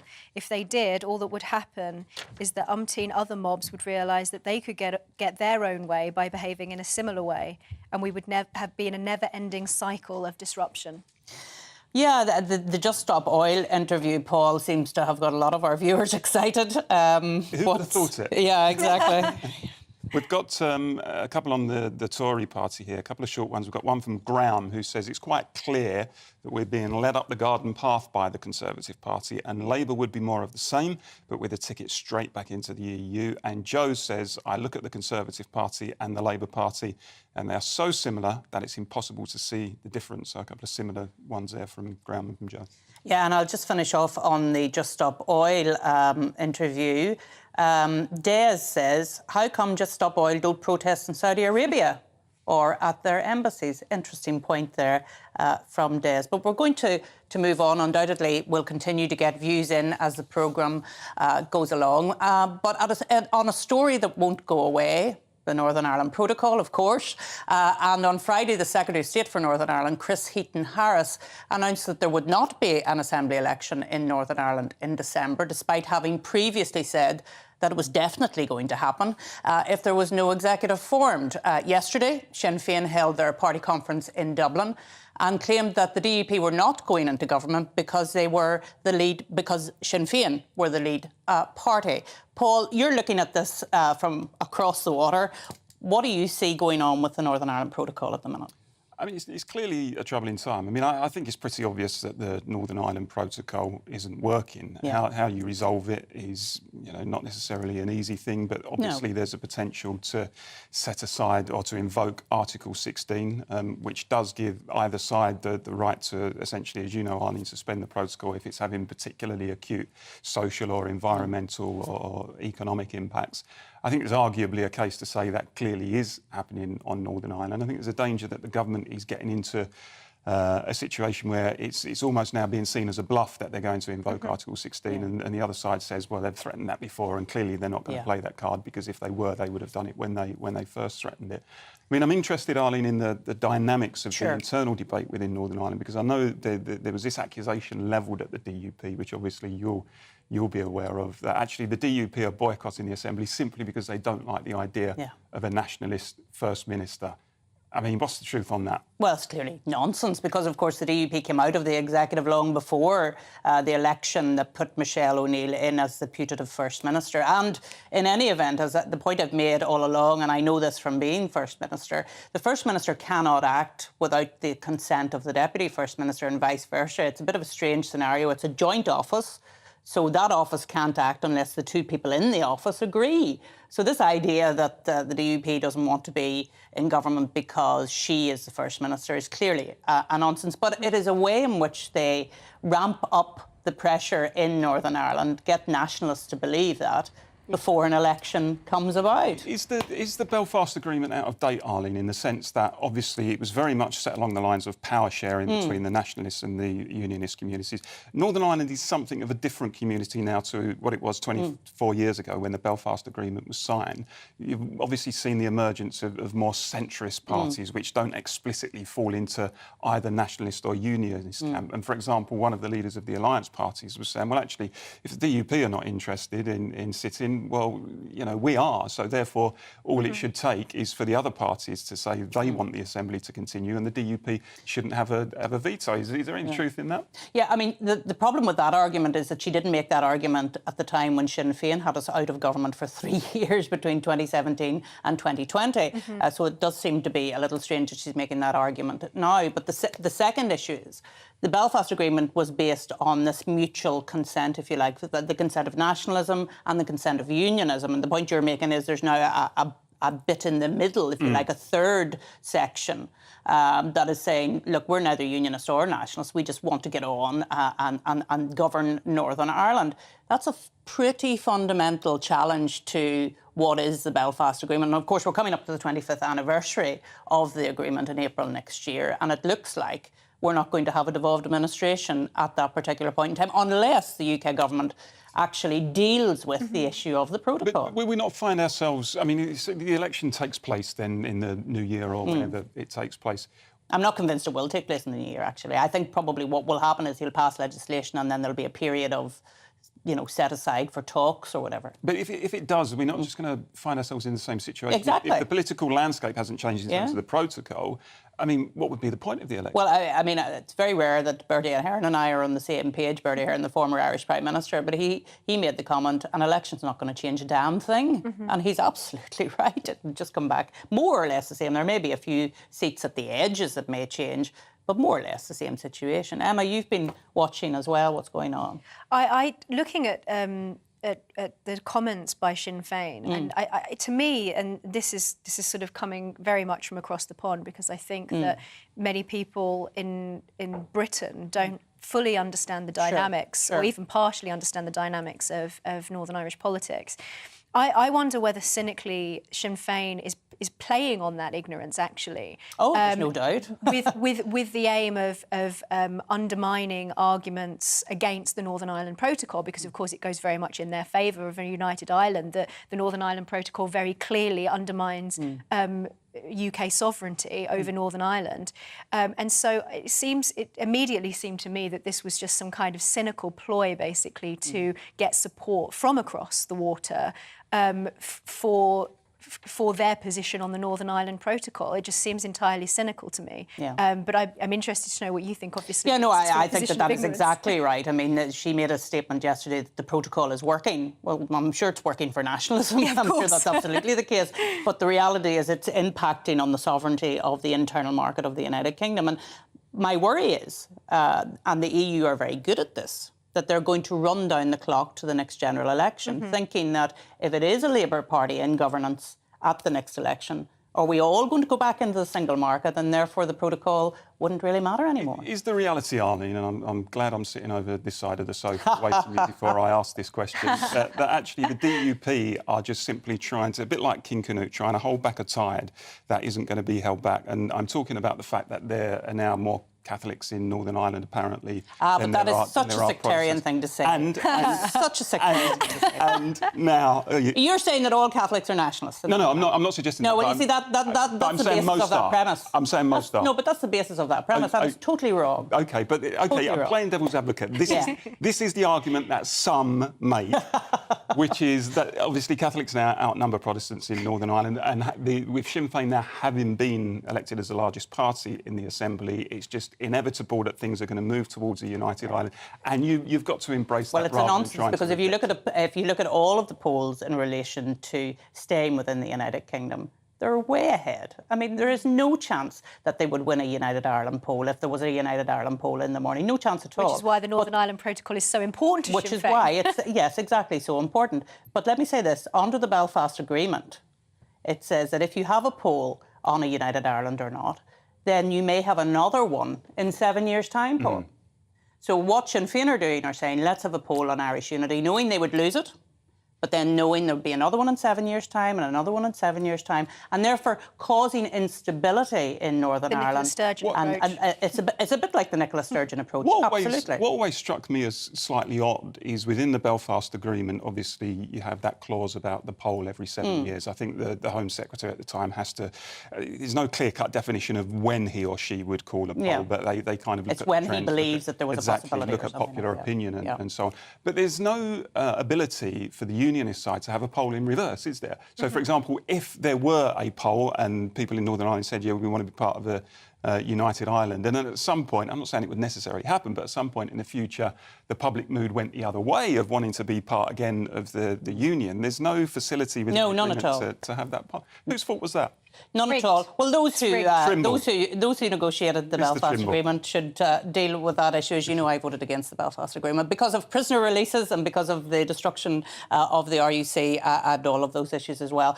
But having said that, I think in terms of the constitutional position, the Belfast Agreement got it right. It is up to the people of Northern Ireland to decide whether they stay within the United Kingdom. And look, there's no credible poll that says that wouldn't be the case. But it's this instability that would come. So it would be every 7 years. So we would be on a trajectory all the time. Would most Unionists, in your opinion, if they could turn the clock back and have direct rule, would they want to go back to that situation, Well, or have so- they bought into the idea of No, this I think people like to have their own ministers making the decisions. They like to see power sharing, in other words, when the communities are working together. But unfortunately, the Belfast Agreement was seen by unionists as a settlement. But for Nationalists and Republicans, they see it as a stepping stone towards the United Ireland. And that constructive ambiguity has caused a huge deal of problems, and no doubt will be discussed in great detail on the 25th anniversary, which comes next year. No doubt we're going to return to the protocol. We went off there into United Ireland and all sort of fantasy things, and I blame Paul Embry very much for that. But we're going to move on to another fantasist.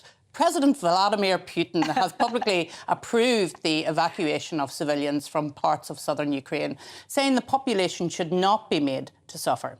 The announcement was made during the Unity Day holiday in Moscow's Red Square and comes after 15,000 civilian casualties have already been recorded since Russia invaded Ukraine earlier this year. Well, joining us now for an update is war professor and NATO historian Dr. Peter Caddick-Adams. Thank you very much, Dr. Caddick-Adams, for joining us today. Well, President Zelensky of Ukraine has accused Iran of lying and of supporting Russia. Just bring us up to date with what's happening in Ukraine at present. Yes, I mean, this is one of the latest twists and turns. We've known for a long time that Iran has been sending drones that are capable of carrying quite a lot of high explosive to Russia. And Russia has been using those in the attacks on the civilian infrastructure throughout the country. And these are things that will travel for 1,500 miles. They'll take 100 pounds of explosives. So they're not tiny little drones that we might think of in this country. And Iran has been denying supplying these to Russia for a long, long time. And then all of a sudden, they've suddenly admitted that they supplied a few a long time before the crisis kicked off, which frankly, is beyond credibility. So they've been caught out lying. And then, like a school child, they sort of reinvent the truth. So that's just one of the twists and turns of this particular week in this ongoing crisis. I mean, it's been going on now for over 250 days. Incredible, because most of us, I think, would have written Ukraine off in the first week, and yet they have risen to nationhood in a way that no one would have ever thought possible. Indeed, and we often talk about what's happening on the military front, but it's very interesting to read around the amount of civilians who have lost their lives, Peter, during this dreadful, dreadful campaign. Yeah, I mean, on both sides, of course, we have to remember that this was a war that started back in 2014, and the latest iteration just began this February when the sort of ante was completely upped by the Russians, by Vladimir Putin. But the real losers, the people, the civilians caught in the middle. Some of those are of Russian ethnicity, but the vast majority are Ukrainian, who really don't want to have to choose and have got caught. And of course, it took us a long time to realize that Russia went into this war with a cultural agenda, which was to destroy Ukraine's culture.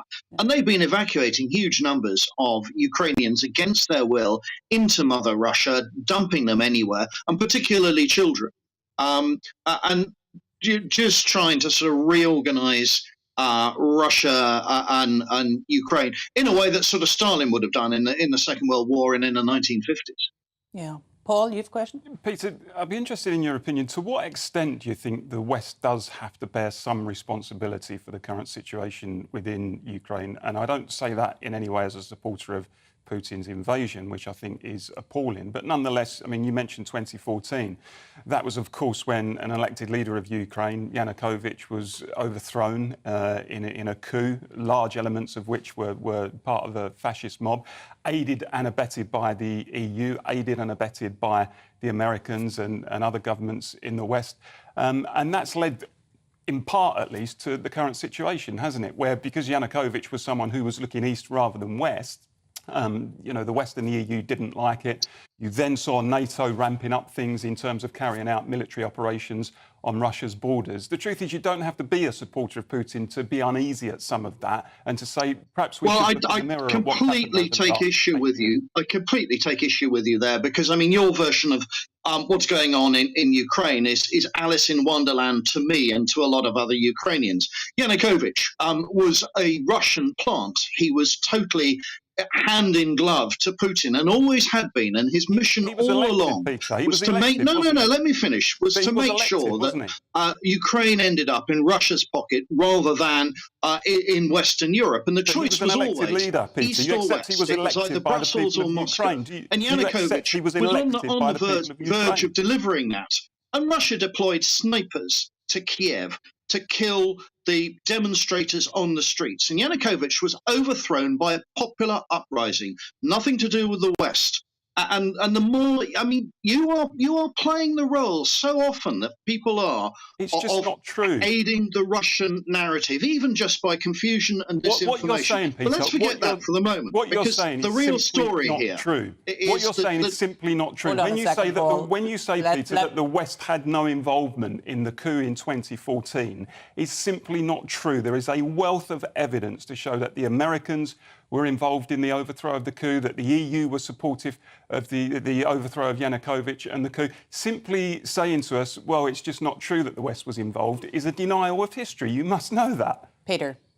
Right, okay, all right. So have you been to Ukraine? Have you spoken to people on the streets? Because I have. I've been to Ukraine most years. I've been up to the front lines. I've got the mood of the people. I understood it before the uprising and certainly afterwards. And that first-hand knowledge, I think, will give anyone a real understanding that there is a lot of Russian meddling in Eastern Europe, allow and you there to always rewrite has history, been. And does this it? is The fact that nothing you've to been to do with Ukraine a and have Western spoken to people globalist plot doesn't allow you from to Brussels rewrite or history. from anyone else. It does. I'm saying to you, Peter, the fact that you've been to Ukraine and spoken to people, and I don't doubt that, it doesn't allow you to rewrite history. The truth is that in 2014, an elected leader of Ukraine who wanted to build relations with Russia and not so much the EU and the West was overthrown, and he was overthrown by a mob, elements of which were unquestionably fascist and were aided and abetted by the West. Now, you can oppose Putin's invasion, which I do wholeheartedly, but accept that we've got to have an honest appraisal of history, and it seems to me that you're not interested in doing that, frankly. I'm a professional historian. I'm a NATO historian, and history has been my life. And studying what's going on in Eastern Europe is something I've been doing for 30 years. And before that, I used to go to Moscow in Cold War days. So I think you're on very thin ground if you're accusing me of falsifying history. I think it's very easy for people in the West who have little knowledge of what's been going on in the East, the traditional pressures coming from Russia, the feeling that many East European countries have, not just Ukraine, but places like Georgia, the Poles, the three Baltic states, of an enemy at the gates that's been increasingly aggressive under Vladimir Putin, and not just going back to 2014, going back to 1999, when Vladimir Putin first came to power, in a speech that he gave in 2006 in Munich, saying, this is what I'm going to do. I'm going to roll back the frontiers because this is all a Western plot. And so if we start taking events in isolation, yeah, we can start to easily turn around and say there's something fishy, there's a Western plot. But if you look at the bigger picture, you suddenly realize there's been a rolling agenda that's been laid out by Vladimir Putin for a long, long time. And this is just the latest iteration of that.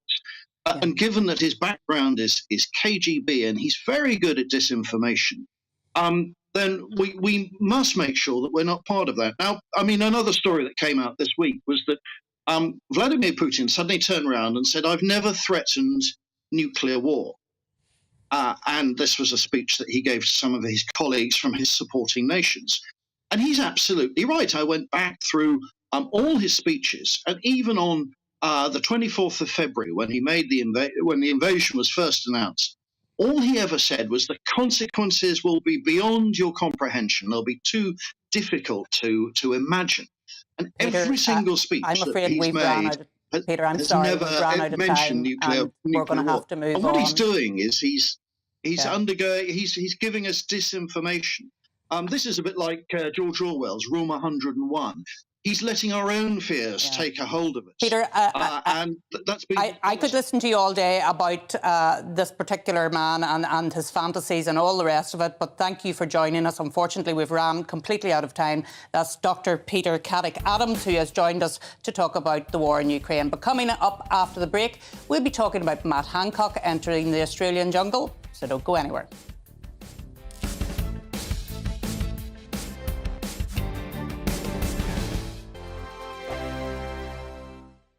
Every morning from 6 o'clock, we'll wake you up with GB News Breakfast with all the stories you didn't know from the night before. So whether it's serious news, entertainment, or your own views from all over our great nation, we're here to kick off your day with a smile. And the national media should be reflecting and reporting what's happening here. You will notice the northwestern accents.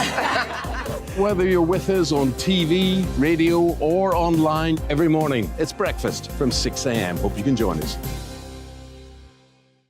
I'm Dan Wootton. Join me Monday to Thursday from 9 to 11 for the feistiest and most fun news debate on TV, where free speech reigns. I'll bring you a sharp take on the day's biggest stories, bombshell newsmaker interviews, and A-list guests.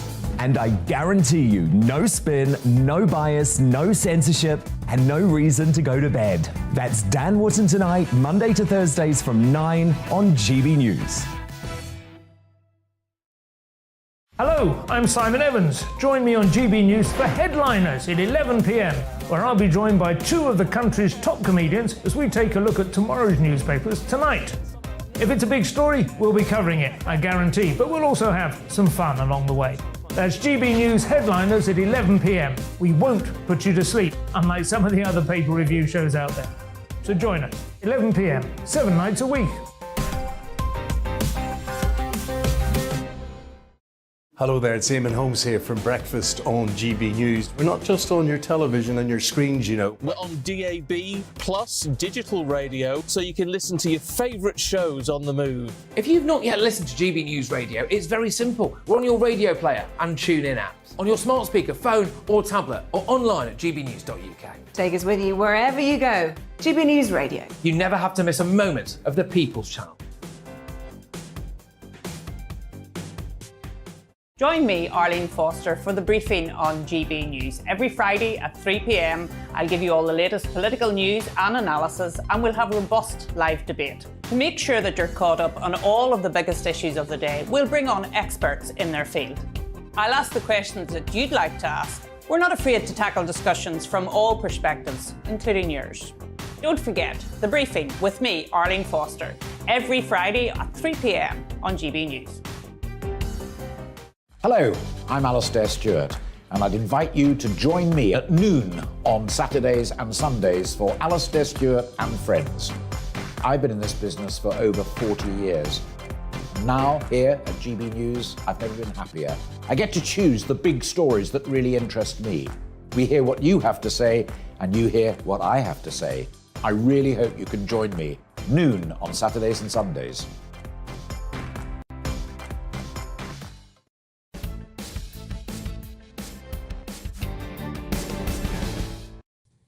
Welcome back to the show. Well, Matt Hancock was suspended by the Conservatives after it was announced he had signed up for this season of I'm a Celebrity, Get Me Out of Here.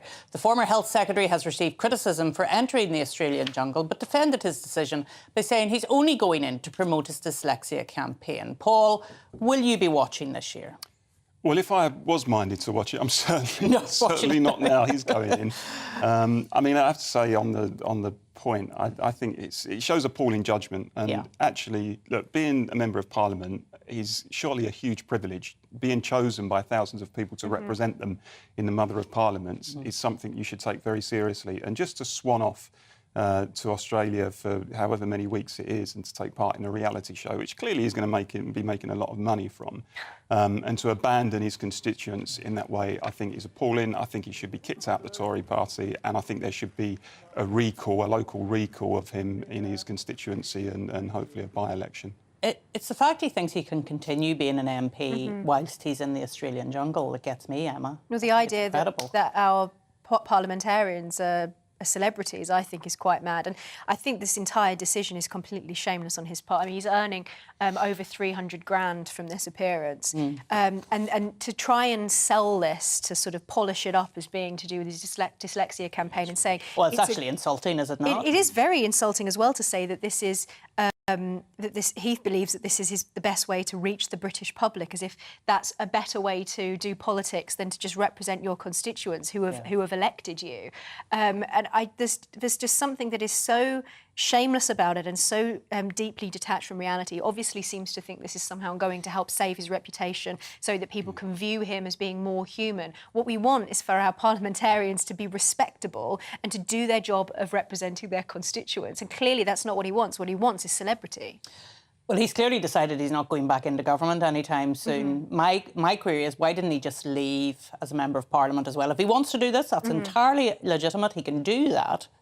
But why keep on his salary as a Member of Parliament? Well, I suspect it's because he draws a salary as a Member of Parliament and doesn't particularly want to give that up, and then comes up with, as Emma says, pretty contrived justifications like a for child going in the would. jungle, and saying he wants to concentrate, I think, on the dyslexia campaign and bring that to people's attention. That's not going to be the sort of thing that the producers are interested in, as worthy as it may be. The producers are not sitting around a campfire having a conversation about dyslexia. Of course, he knows why he's done it. He's done it for monetary gain. Everybody else knows it. He should be honest about it and he should resign his seat. Simple.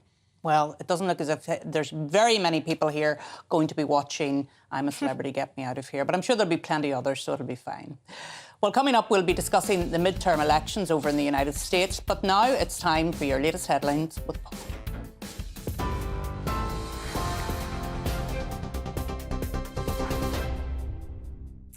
Arlene, thank you, and good morning to you. The top story on GB News today. The UK's Alok Sharma has handed over to COP27 in Egypt with an opening speech urging world leaders to take concrete steps and fast to tackle global warming, saying inaction will lead to climate catastrophe. The president of the COP26 summit, which was hosted in Glasgow last year, admitted that despite progress in the past year, the world's still not on track to keep global temperatures below 1.5 degrees. How many more wake-up calls do world leaders actually need? A third of Pakistan underwater, the worst flooding in Nigeria in a decade. This year, the worst drought in 500 years in Europe, in 1,000 years in the US, and the worst on record in China. The other top story on GB News today, nurses across the UK have, for the first time, voted in favour of a national strike in a dispute over pay. More than 300,000 members of the Royal College of Nursing were balloted, the biggest ever in the union's 106-year history. The walkouts are set to take place within a few weeks, possibly before Christmas, and it's likely patients will face disruption to both operations and appointments. National Highways has secured a High Court order to ban Just Stop oil protesters from disrupting traffic on the M25. The order states that anyone entering the motorway, attaching themselves to any object or structure on it, or assisting others can be held in contempt of court. Protesters could face imprisonment, an unlimited fine, and the seizure of assets. And the Prime Minister has announced an extra bank holiday to mark the King's coronation next year. The holiday will take place on Monday the 8th of May, after His Majesty's coronation on the Saturday. Rishi Sunak says he looks forward to seeing people coming together and celebrate, paying tribute to King Charles III. Those are your headlines. I'm back in a bit. Now here's political correction.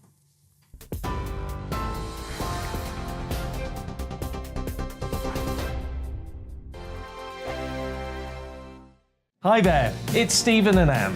At breakfast from 6 a.m, you'll always be caught up with everything you need to know, the latest headlines, opinions and debates. We'll bring you the good news and the bad, but most of all, we're here for you. Remember, send in your views and let us know what you would like us to talk about.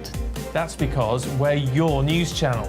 And every morning at 6 a.m, it's breakfast on GB News. We are GB News, and we'd like to say thank you to each and every one of you for bringing us your conversations, for helping our great nation find its voice. We are here for you on radio, television, and online. Across England, Scotland, Wales, and Northern Ireland. It's not the BBC, you actually get your facts right. We are proud to be GB News, the People's Channel, Britain's news channel. Join me, Nana Akua, on Friday, Saturday and Sunday afternoons on GB News. Expect fiery debate and passionate discussion as me and my panel tackle some of the biggest topics hitting the headlines. It's a place for everyone's opinion. No one gets cancelled, but no one gets an easy ride. Oh, she's on it today. Be ready for conversations that are fierce, frank, and of course, fun. Every Friday, Saturday and Sunday afternoon from 4 p.m. on GB News. On Mark Dolan tonight, we have a simple plan, which is to inform, stimulate and entertain in equal measure. It's all about getting your opinions on the national television airwaves. I love my viewer emails, mark@gbnews.uk. So do join me every Friday, Saturday and Sunday for big guests, big opinions and a big presenter. 6'5", don't you know? See you then on GB News.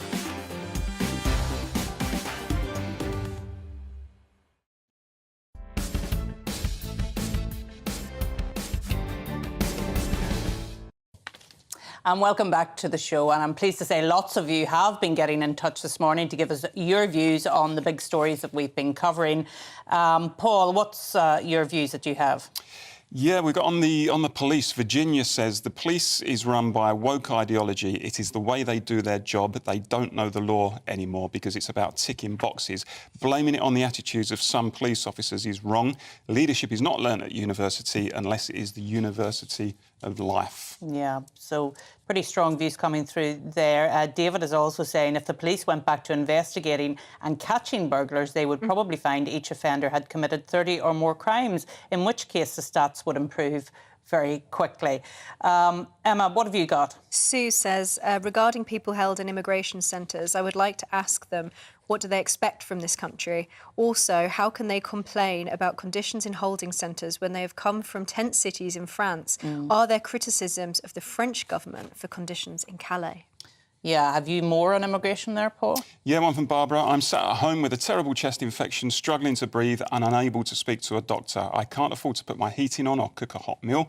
I demand to be treated like an illegal immigrant and be put in a 4-star hotel with access to medical help and a hot meal. I mean, I have to say I disagree with that because, look, you can have a strong view on the whole issue of border control and how the system is broken, but still believe, actually, look, these people are human beings and it's not unreasonable as a civilised country to house them in conditions which are acceptable for human beings. I mean, it shouldn't be... We shouldn't take out any frustrations we've got with the government in terms of its immigration management shouldn't be taken out on migrants themselves. But I think it's about priorities, though, isn't it? Because I think a lot of people feel that they're basically being neglected by the government, while those who are coming in are getting such special treatment and basically jumping the queue. But that's the point. I mean, even assuming that's true, the criticism should be directed towards the government for bringing about that situation. It seems to be, though, from Barbara. Yeah. Well, I think when people talk about illegal... She wants to be treated like an illegal immigrant. She's not saying they shouldn't be treated that way. No, but I think sometimes the language when we talk about illegal immigrants, you know, getting all of this stuff at our expense,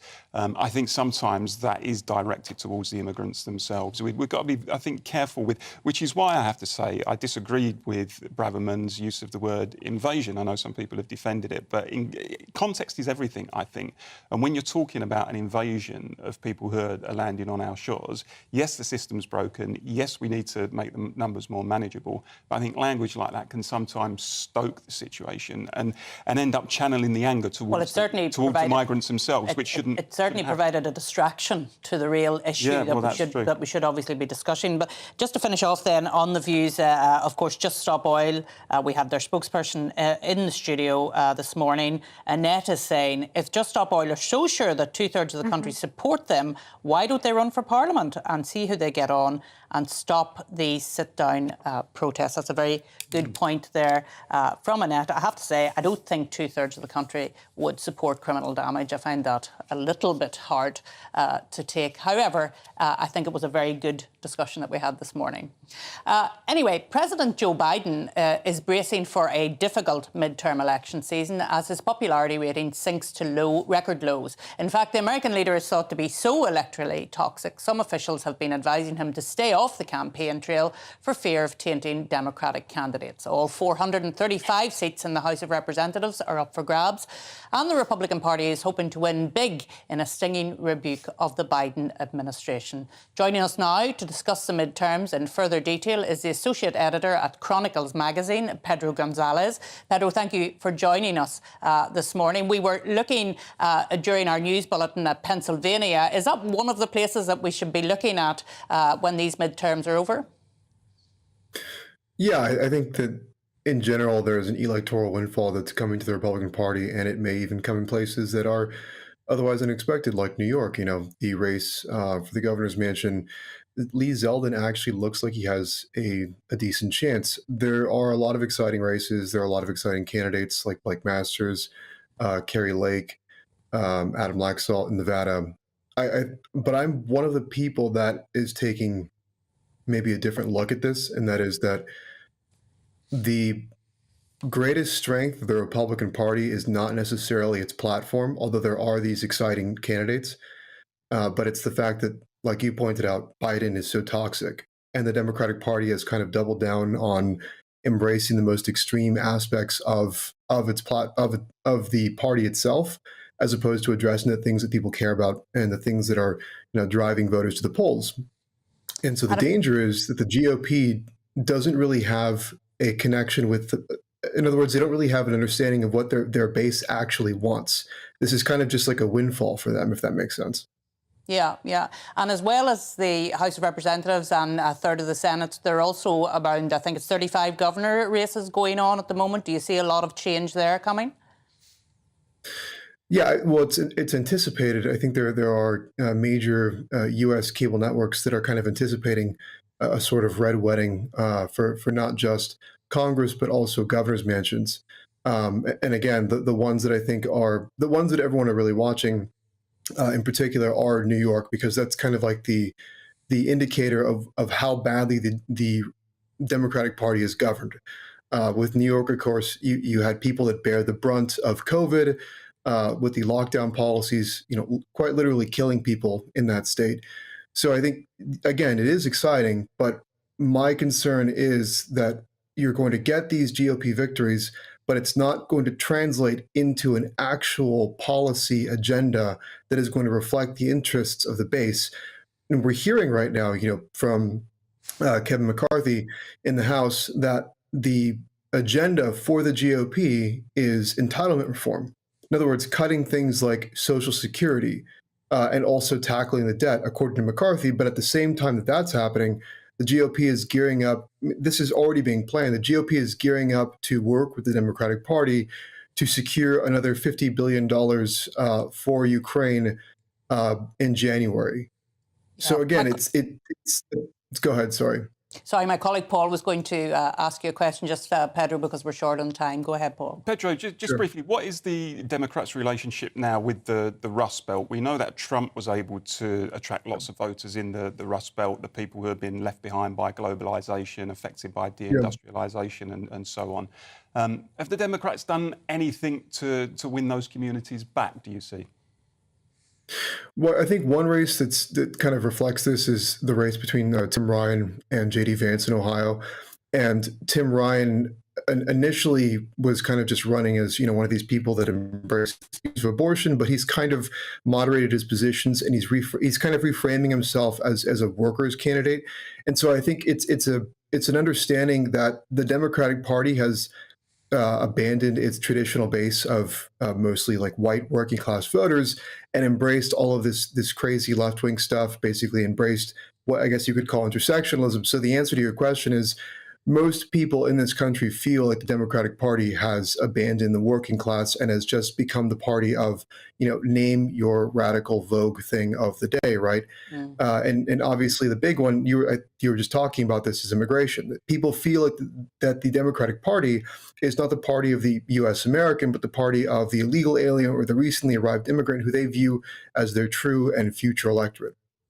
Well, it's very interesting to hear because, of course, that we're always comparing and contrasting what's going on in the United States and what's going on here in the UK, and the fact that I know Paul would say that he feels the Labour Party here in the UK has become a sort of a metropolitan party, not really engaged with working class issues. Just finally, Pedro, and thank you for coming on this morning. I suppose we're all waiting to see what happens after the midterms in terms of presidential candidates, and we've heard from Donald Trump about saying very, very, very probably he will run. What's going to happen in the Democrats, though? I don't know. That's a good question. It seems like there are a lot of people who are behind the scenes hoping and telling Biden that he should not run. But the question is who would the Democrats run in his place? You know, I have honestly no idea. Kamala Harris is just so unlikable. I can't see her being chosen to replace Biden. And although people make fun of, you know, Biden's, let's just say, his cognitive state, I also think he's really stubborn. And if there are people telling him that he should not run in 2024, I think he's going to, or he's going to want to. So the Democrats are in a really bad position. And like you noted, every time Biden gets a chance to talk to the public, he actually just seems to make things worse. You know, framing things as a contest between democracy and extremism, suggesting that basically if you vote for one of the two major political parties in this country, you're engaging in the slaughter of democracy. So Democrats are really between a rock and a hard place in 2024 on this. So much for joining us today to talk about the midterms. I'm going to continue that conversation now in the studio. We're always fascinated by what goes on in the United States, aren't we, in terms of the greatest democracy in the world, as it's known. What are you looking for in these midterms, Emma? What do you think is going to happen? So I think that the fact that much of what happens in our politics seems to be downstream from American politics, and there is a kind of resonance there that goes quite deeply, I think. And I think a lot of the political crises that we're facing here are also reflected in American politics. And we've seen with, you know, Black Lives Matter that the cultural influence and political influence they exert over us is, you know, they've got quite serious gravity. I'm interested to know what the sort of outlook is from, you know, what's at stake in these midterm elections, particularly the suggestions that there are some blue states that could go red, and what that may indicate about Biden's presidency, because obviously the polls are very much not in favour of Biden or Kamala Harris. And I've also seen in the US media the talk that the Democrats' campaign is actually quite incoherent and confused. They also seem to be facing this kind of fragmentation that we're seeing in our own politics. So I think these midterms will be an interesting indication of what may lay further down the road, not only for the United States, but also from the gravity they exert on international politics. I thought it was an interesting point, Paul, that Pedro made there about one of the mainstream parties calling voters of the other one extremists. And this is a battle for democracy. I mean, I think that's a very good point that he makes, is it not? The parallels are uncanny. I mean, what he said about the Rust Belt, I think, was really interesting because you could almost read that as the Red Wall in Britain, that actually the party who they traditionally supported, the party that was supposed to be on the side of workers, has completely abandoned them. And actually not only abandoned them politically, but has sneered at them and looked down at them and regards them, as Hillary Clinton said, as a basket of deplorables. That's right. And so they've kind of, the Democrats, same as the Labour Party here, have adopted this kind of hyper-progressive, hyper-liberal agenda, which has just driven working class communities away. And as Emma said, downstream from American politics, that's exactly what the case is here. So I suspect that the Democrats are going to struggle to win those people back, just as the Labour Party is struggling to win back the Red Wall, because until they change themselves in their own outlook and their own language and priorities, they can't expect their traditional voters to fall back in love with them. Yeah, it'll be a fascinating week. We'll be following it all here on GB News. But now it's time to take a look at the biggest stories from the world of sport with broadcaster Aidan McGee. Well, Aidan, what's happening this week?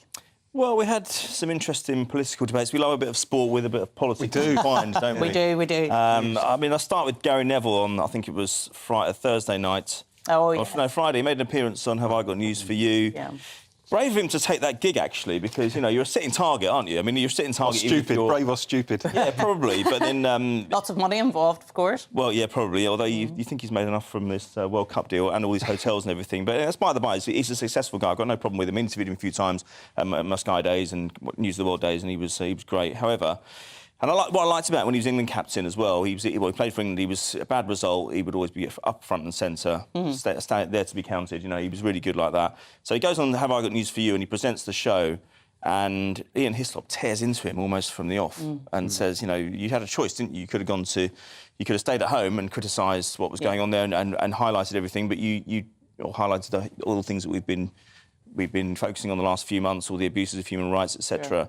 And because he's going as part of the Sky team, is he? No, it's not Sky. No, it's beIN Sport. Right. Okay. So it's a national broadcaster of Qatar. So he's literally taking Qatari money. Right. Yeah. So no one knows what the actual amount is. Yeah. He doesn't need the money anyway. This is the other thing. But he said he's going there to. He said he's best placed to be there. He's best placed to highlight these abuses, etc. by actually being there in person. Look, Aidan, come on. He's working for a Qatari organisation, yeah. and he thinks he's going to sit in front of that thing. and make all of those points. He's not going to do it. Than Matt Hancock's He's not going to do it. I know. Well, he said that. I mean, Hislop actually came back and said, "Well, how are you going to do it when you're in the context of commentating on a game? You're going to say, oh, it's a corner, that's a great one. It's bad defending of a set piece. By the way, can I just comment on the human rights situation here? It really isn't very good. It was as rank as that set piece defending. So it's a bit ridiculous. And so he took it. He did take it. And he didn't have much of a response. He was squirming a little bit. He said, you do have a choice. You can either go there and highlight these problems in person. And Ian Hislop said, well, you can highlight these problems by actually not going at all and not taking the Qatari shilling. It's an age-old debate, actually. I mean, people say politics and sports shouldn't mix and that sports people should be free to do what they like. I mean, that's an argument, really, for sports people going to South Africa during the apartheid years, which some of them did, actually. You look at the sort of rebel cricket tours and stuff. I know. But actually, the truth is... Roy Hodgson played football in South Africa. The truth is, if you go to these places and you earn money out of these places, then you are kind of, even if not explicitly endorsing the regime, you are effectively saying, well, I don't really have any problem with this regime. He could have achieved much more, surely, by saying, actually, I'm not going to take the Qatari dollar or whatever the currency is. But he chose not to, and he's got to pay the price for that. I think because if you set yourself up on the moral high ground, as he often does, then you've got further to fall. That's it, isn't it? It's the hypocrisy. I think from the perspective of the British public, we keep seeing this over and over again, whether it's to do with the climate or it's to do with human rights abuses, whether it's to do with China, for example, that they'll say one thing and they'll do another, and actually, you know, actions speak much louder than words. He'd been in a much stronger position had he not put himself at the front and centre of all these debates, sticking his oar on everything over the last 4 or 5 years. That's right. You can make lots of cases against many different countries. You could say, well, the World Cup was held in USA in 1994. How many wars have they started? You can make that case. You can make that case going back to, I mean, even Mussolini back in the World Cup in 1934. He used that World Cup, his home World Cup, as a platform to vent his own politics, you know? Yeah, but I mean, as you say, he has put himself out there criticising government policy, making himself very much aligned with the Labour movement and all of that. As Paul says, sport, particularly football and politics, are intrinsically linked. You can't really separate it. It's difficult. But by inviting it in, by encouraging it even further in, you're making a rod for your own back, and then don't be surprised when it comes back and bites you later on. Yeah. So what else has been happening? The autumn internationals, obviously, in rugby. Yeah, that's right. I thought Jurgen Klopp's comments were interesting on Friday. He went on a rant about the Qatar World Cup. So one of the reporters in his press conference, or his media conference, asked him if he was looking forward to the World Cup, and he said no. But he said it's not one for now. This was for 12 years ago. He said that he said you as journalists should have raised the point back then. Now I would take issue with that strongly. I'd say the Sunday Times launched investigations, several of them. They were the ones who pointed out that Mohammed bin Hammam was the guy who was buying votes for the Qatari votes. He was a FIFA committee member. I'd also say that it was football. It was football that awarded this World Cup to Qatar. It wasn't journalists, and we could have really done within the last 12 years somebody big in football, somebody current in football, someone like Jurgen Klopp, Jose Mourinho, Mauricio Pochettino, someone like that, to say, you know what, this is really horrible that we're having this World Cup here. We really shouldn't be doing it.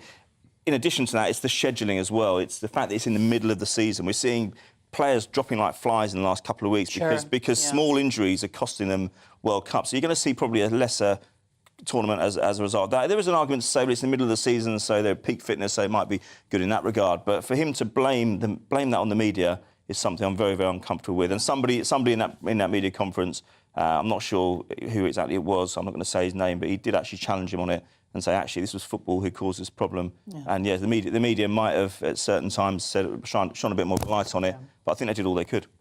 Well, look, that's it for this week here on The Political Correction. I mentioned the Autumn Internationals because, of course, Ireland beat South Africa yesterday, but I just had to get that in. We'll be back next week. The Political Correction will be back up at the same time. But next, it's Alistair Stewart and friends. Well, the UK is looking particularly wet, I think, across southeastern areas this morning. There will be sunshine and heavy showers elsewhere. Here are the details. So, quite a breezy end to the morning across the southwest of England. Sunny spells, but also a few showers, some of which could be heavy and thundering. Meanwhile, across the southeast of England, thicker cloud is expected, giving some more persistent outbreaks of rain, which could give a bit of localised flooding. Let's move on to South Wales. There's a better chance of some bright spells breaking through the cloud at times, although showers will never be far away and some of them will be a little bit hefty.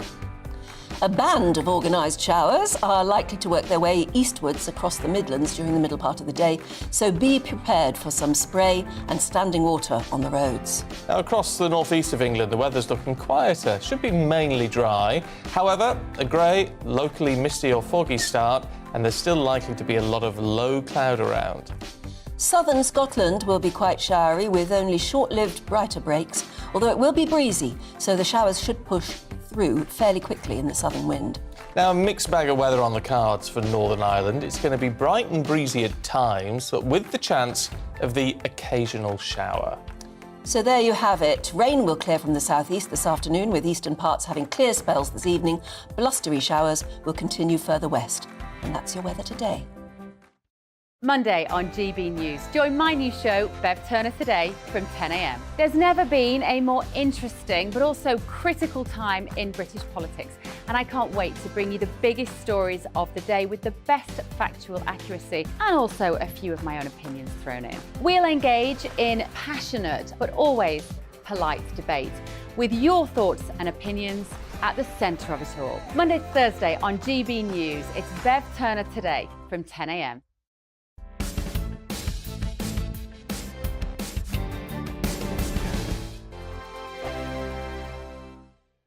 Join my show Farage, 7 p.m. till 8 p.m. Monday through Thursday. And there you will get opinion, analysis, debate, and I'll cover stories that nobody else dares to touch. You've been cancelled. Join the club. Oh my goodness, brilliant. And then for the last 15 minutes, talking pints. We're over a drink. We have a civilised conversation with someone. We very often disagree, but we do it in a grown-up way. Come and join me on Farage.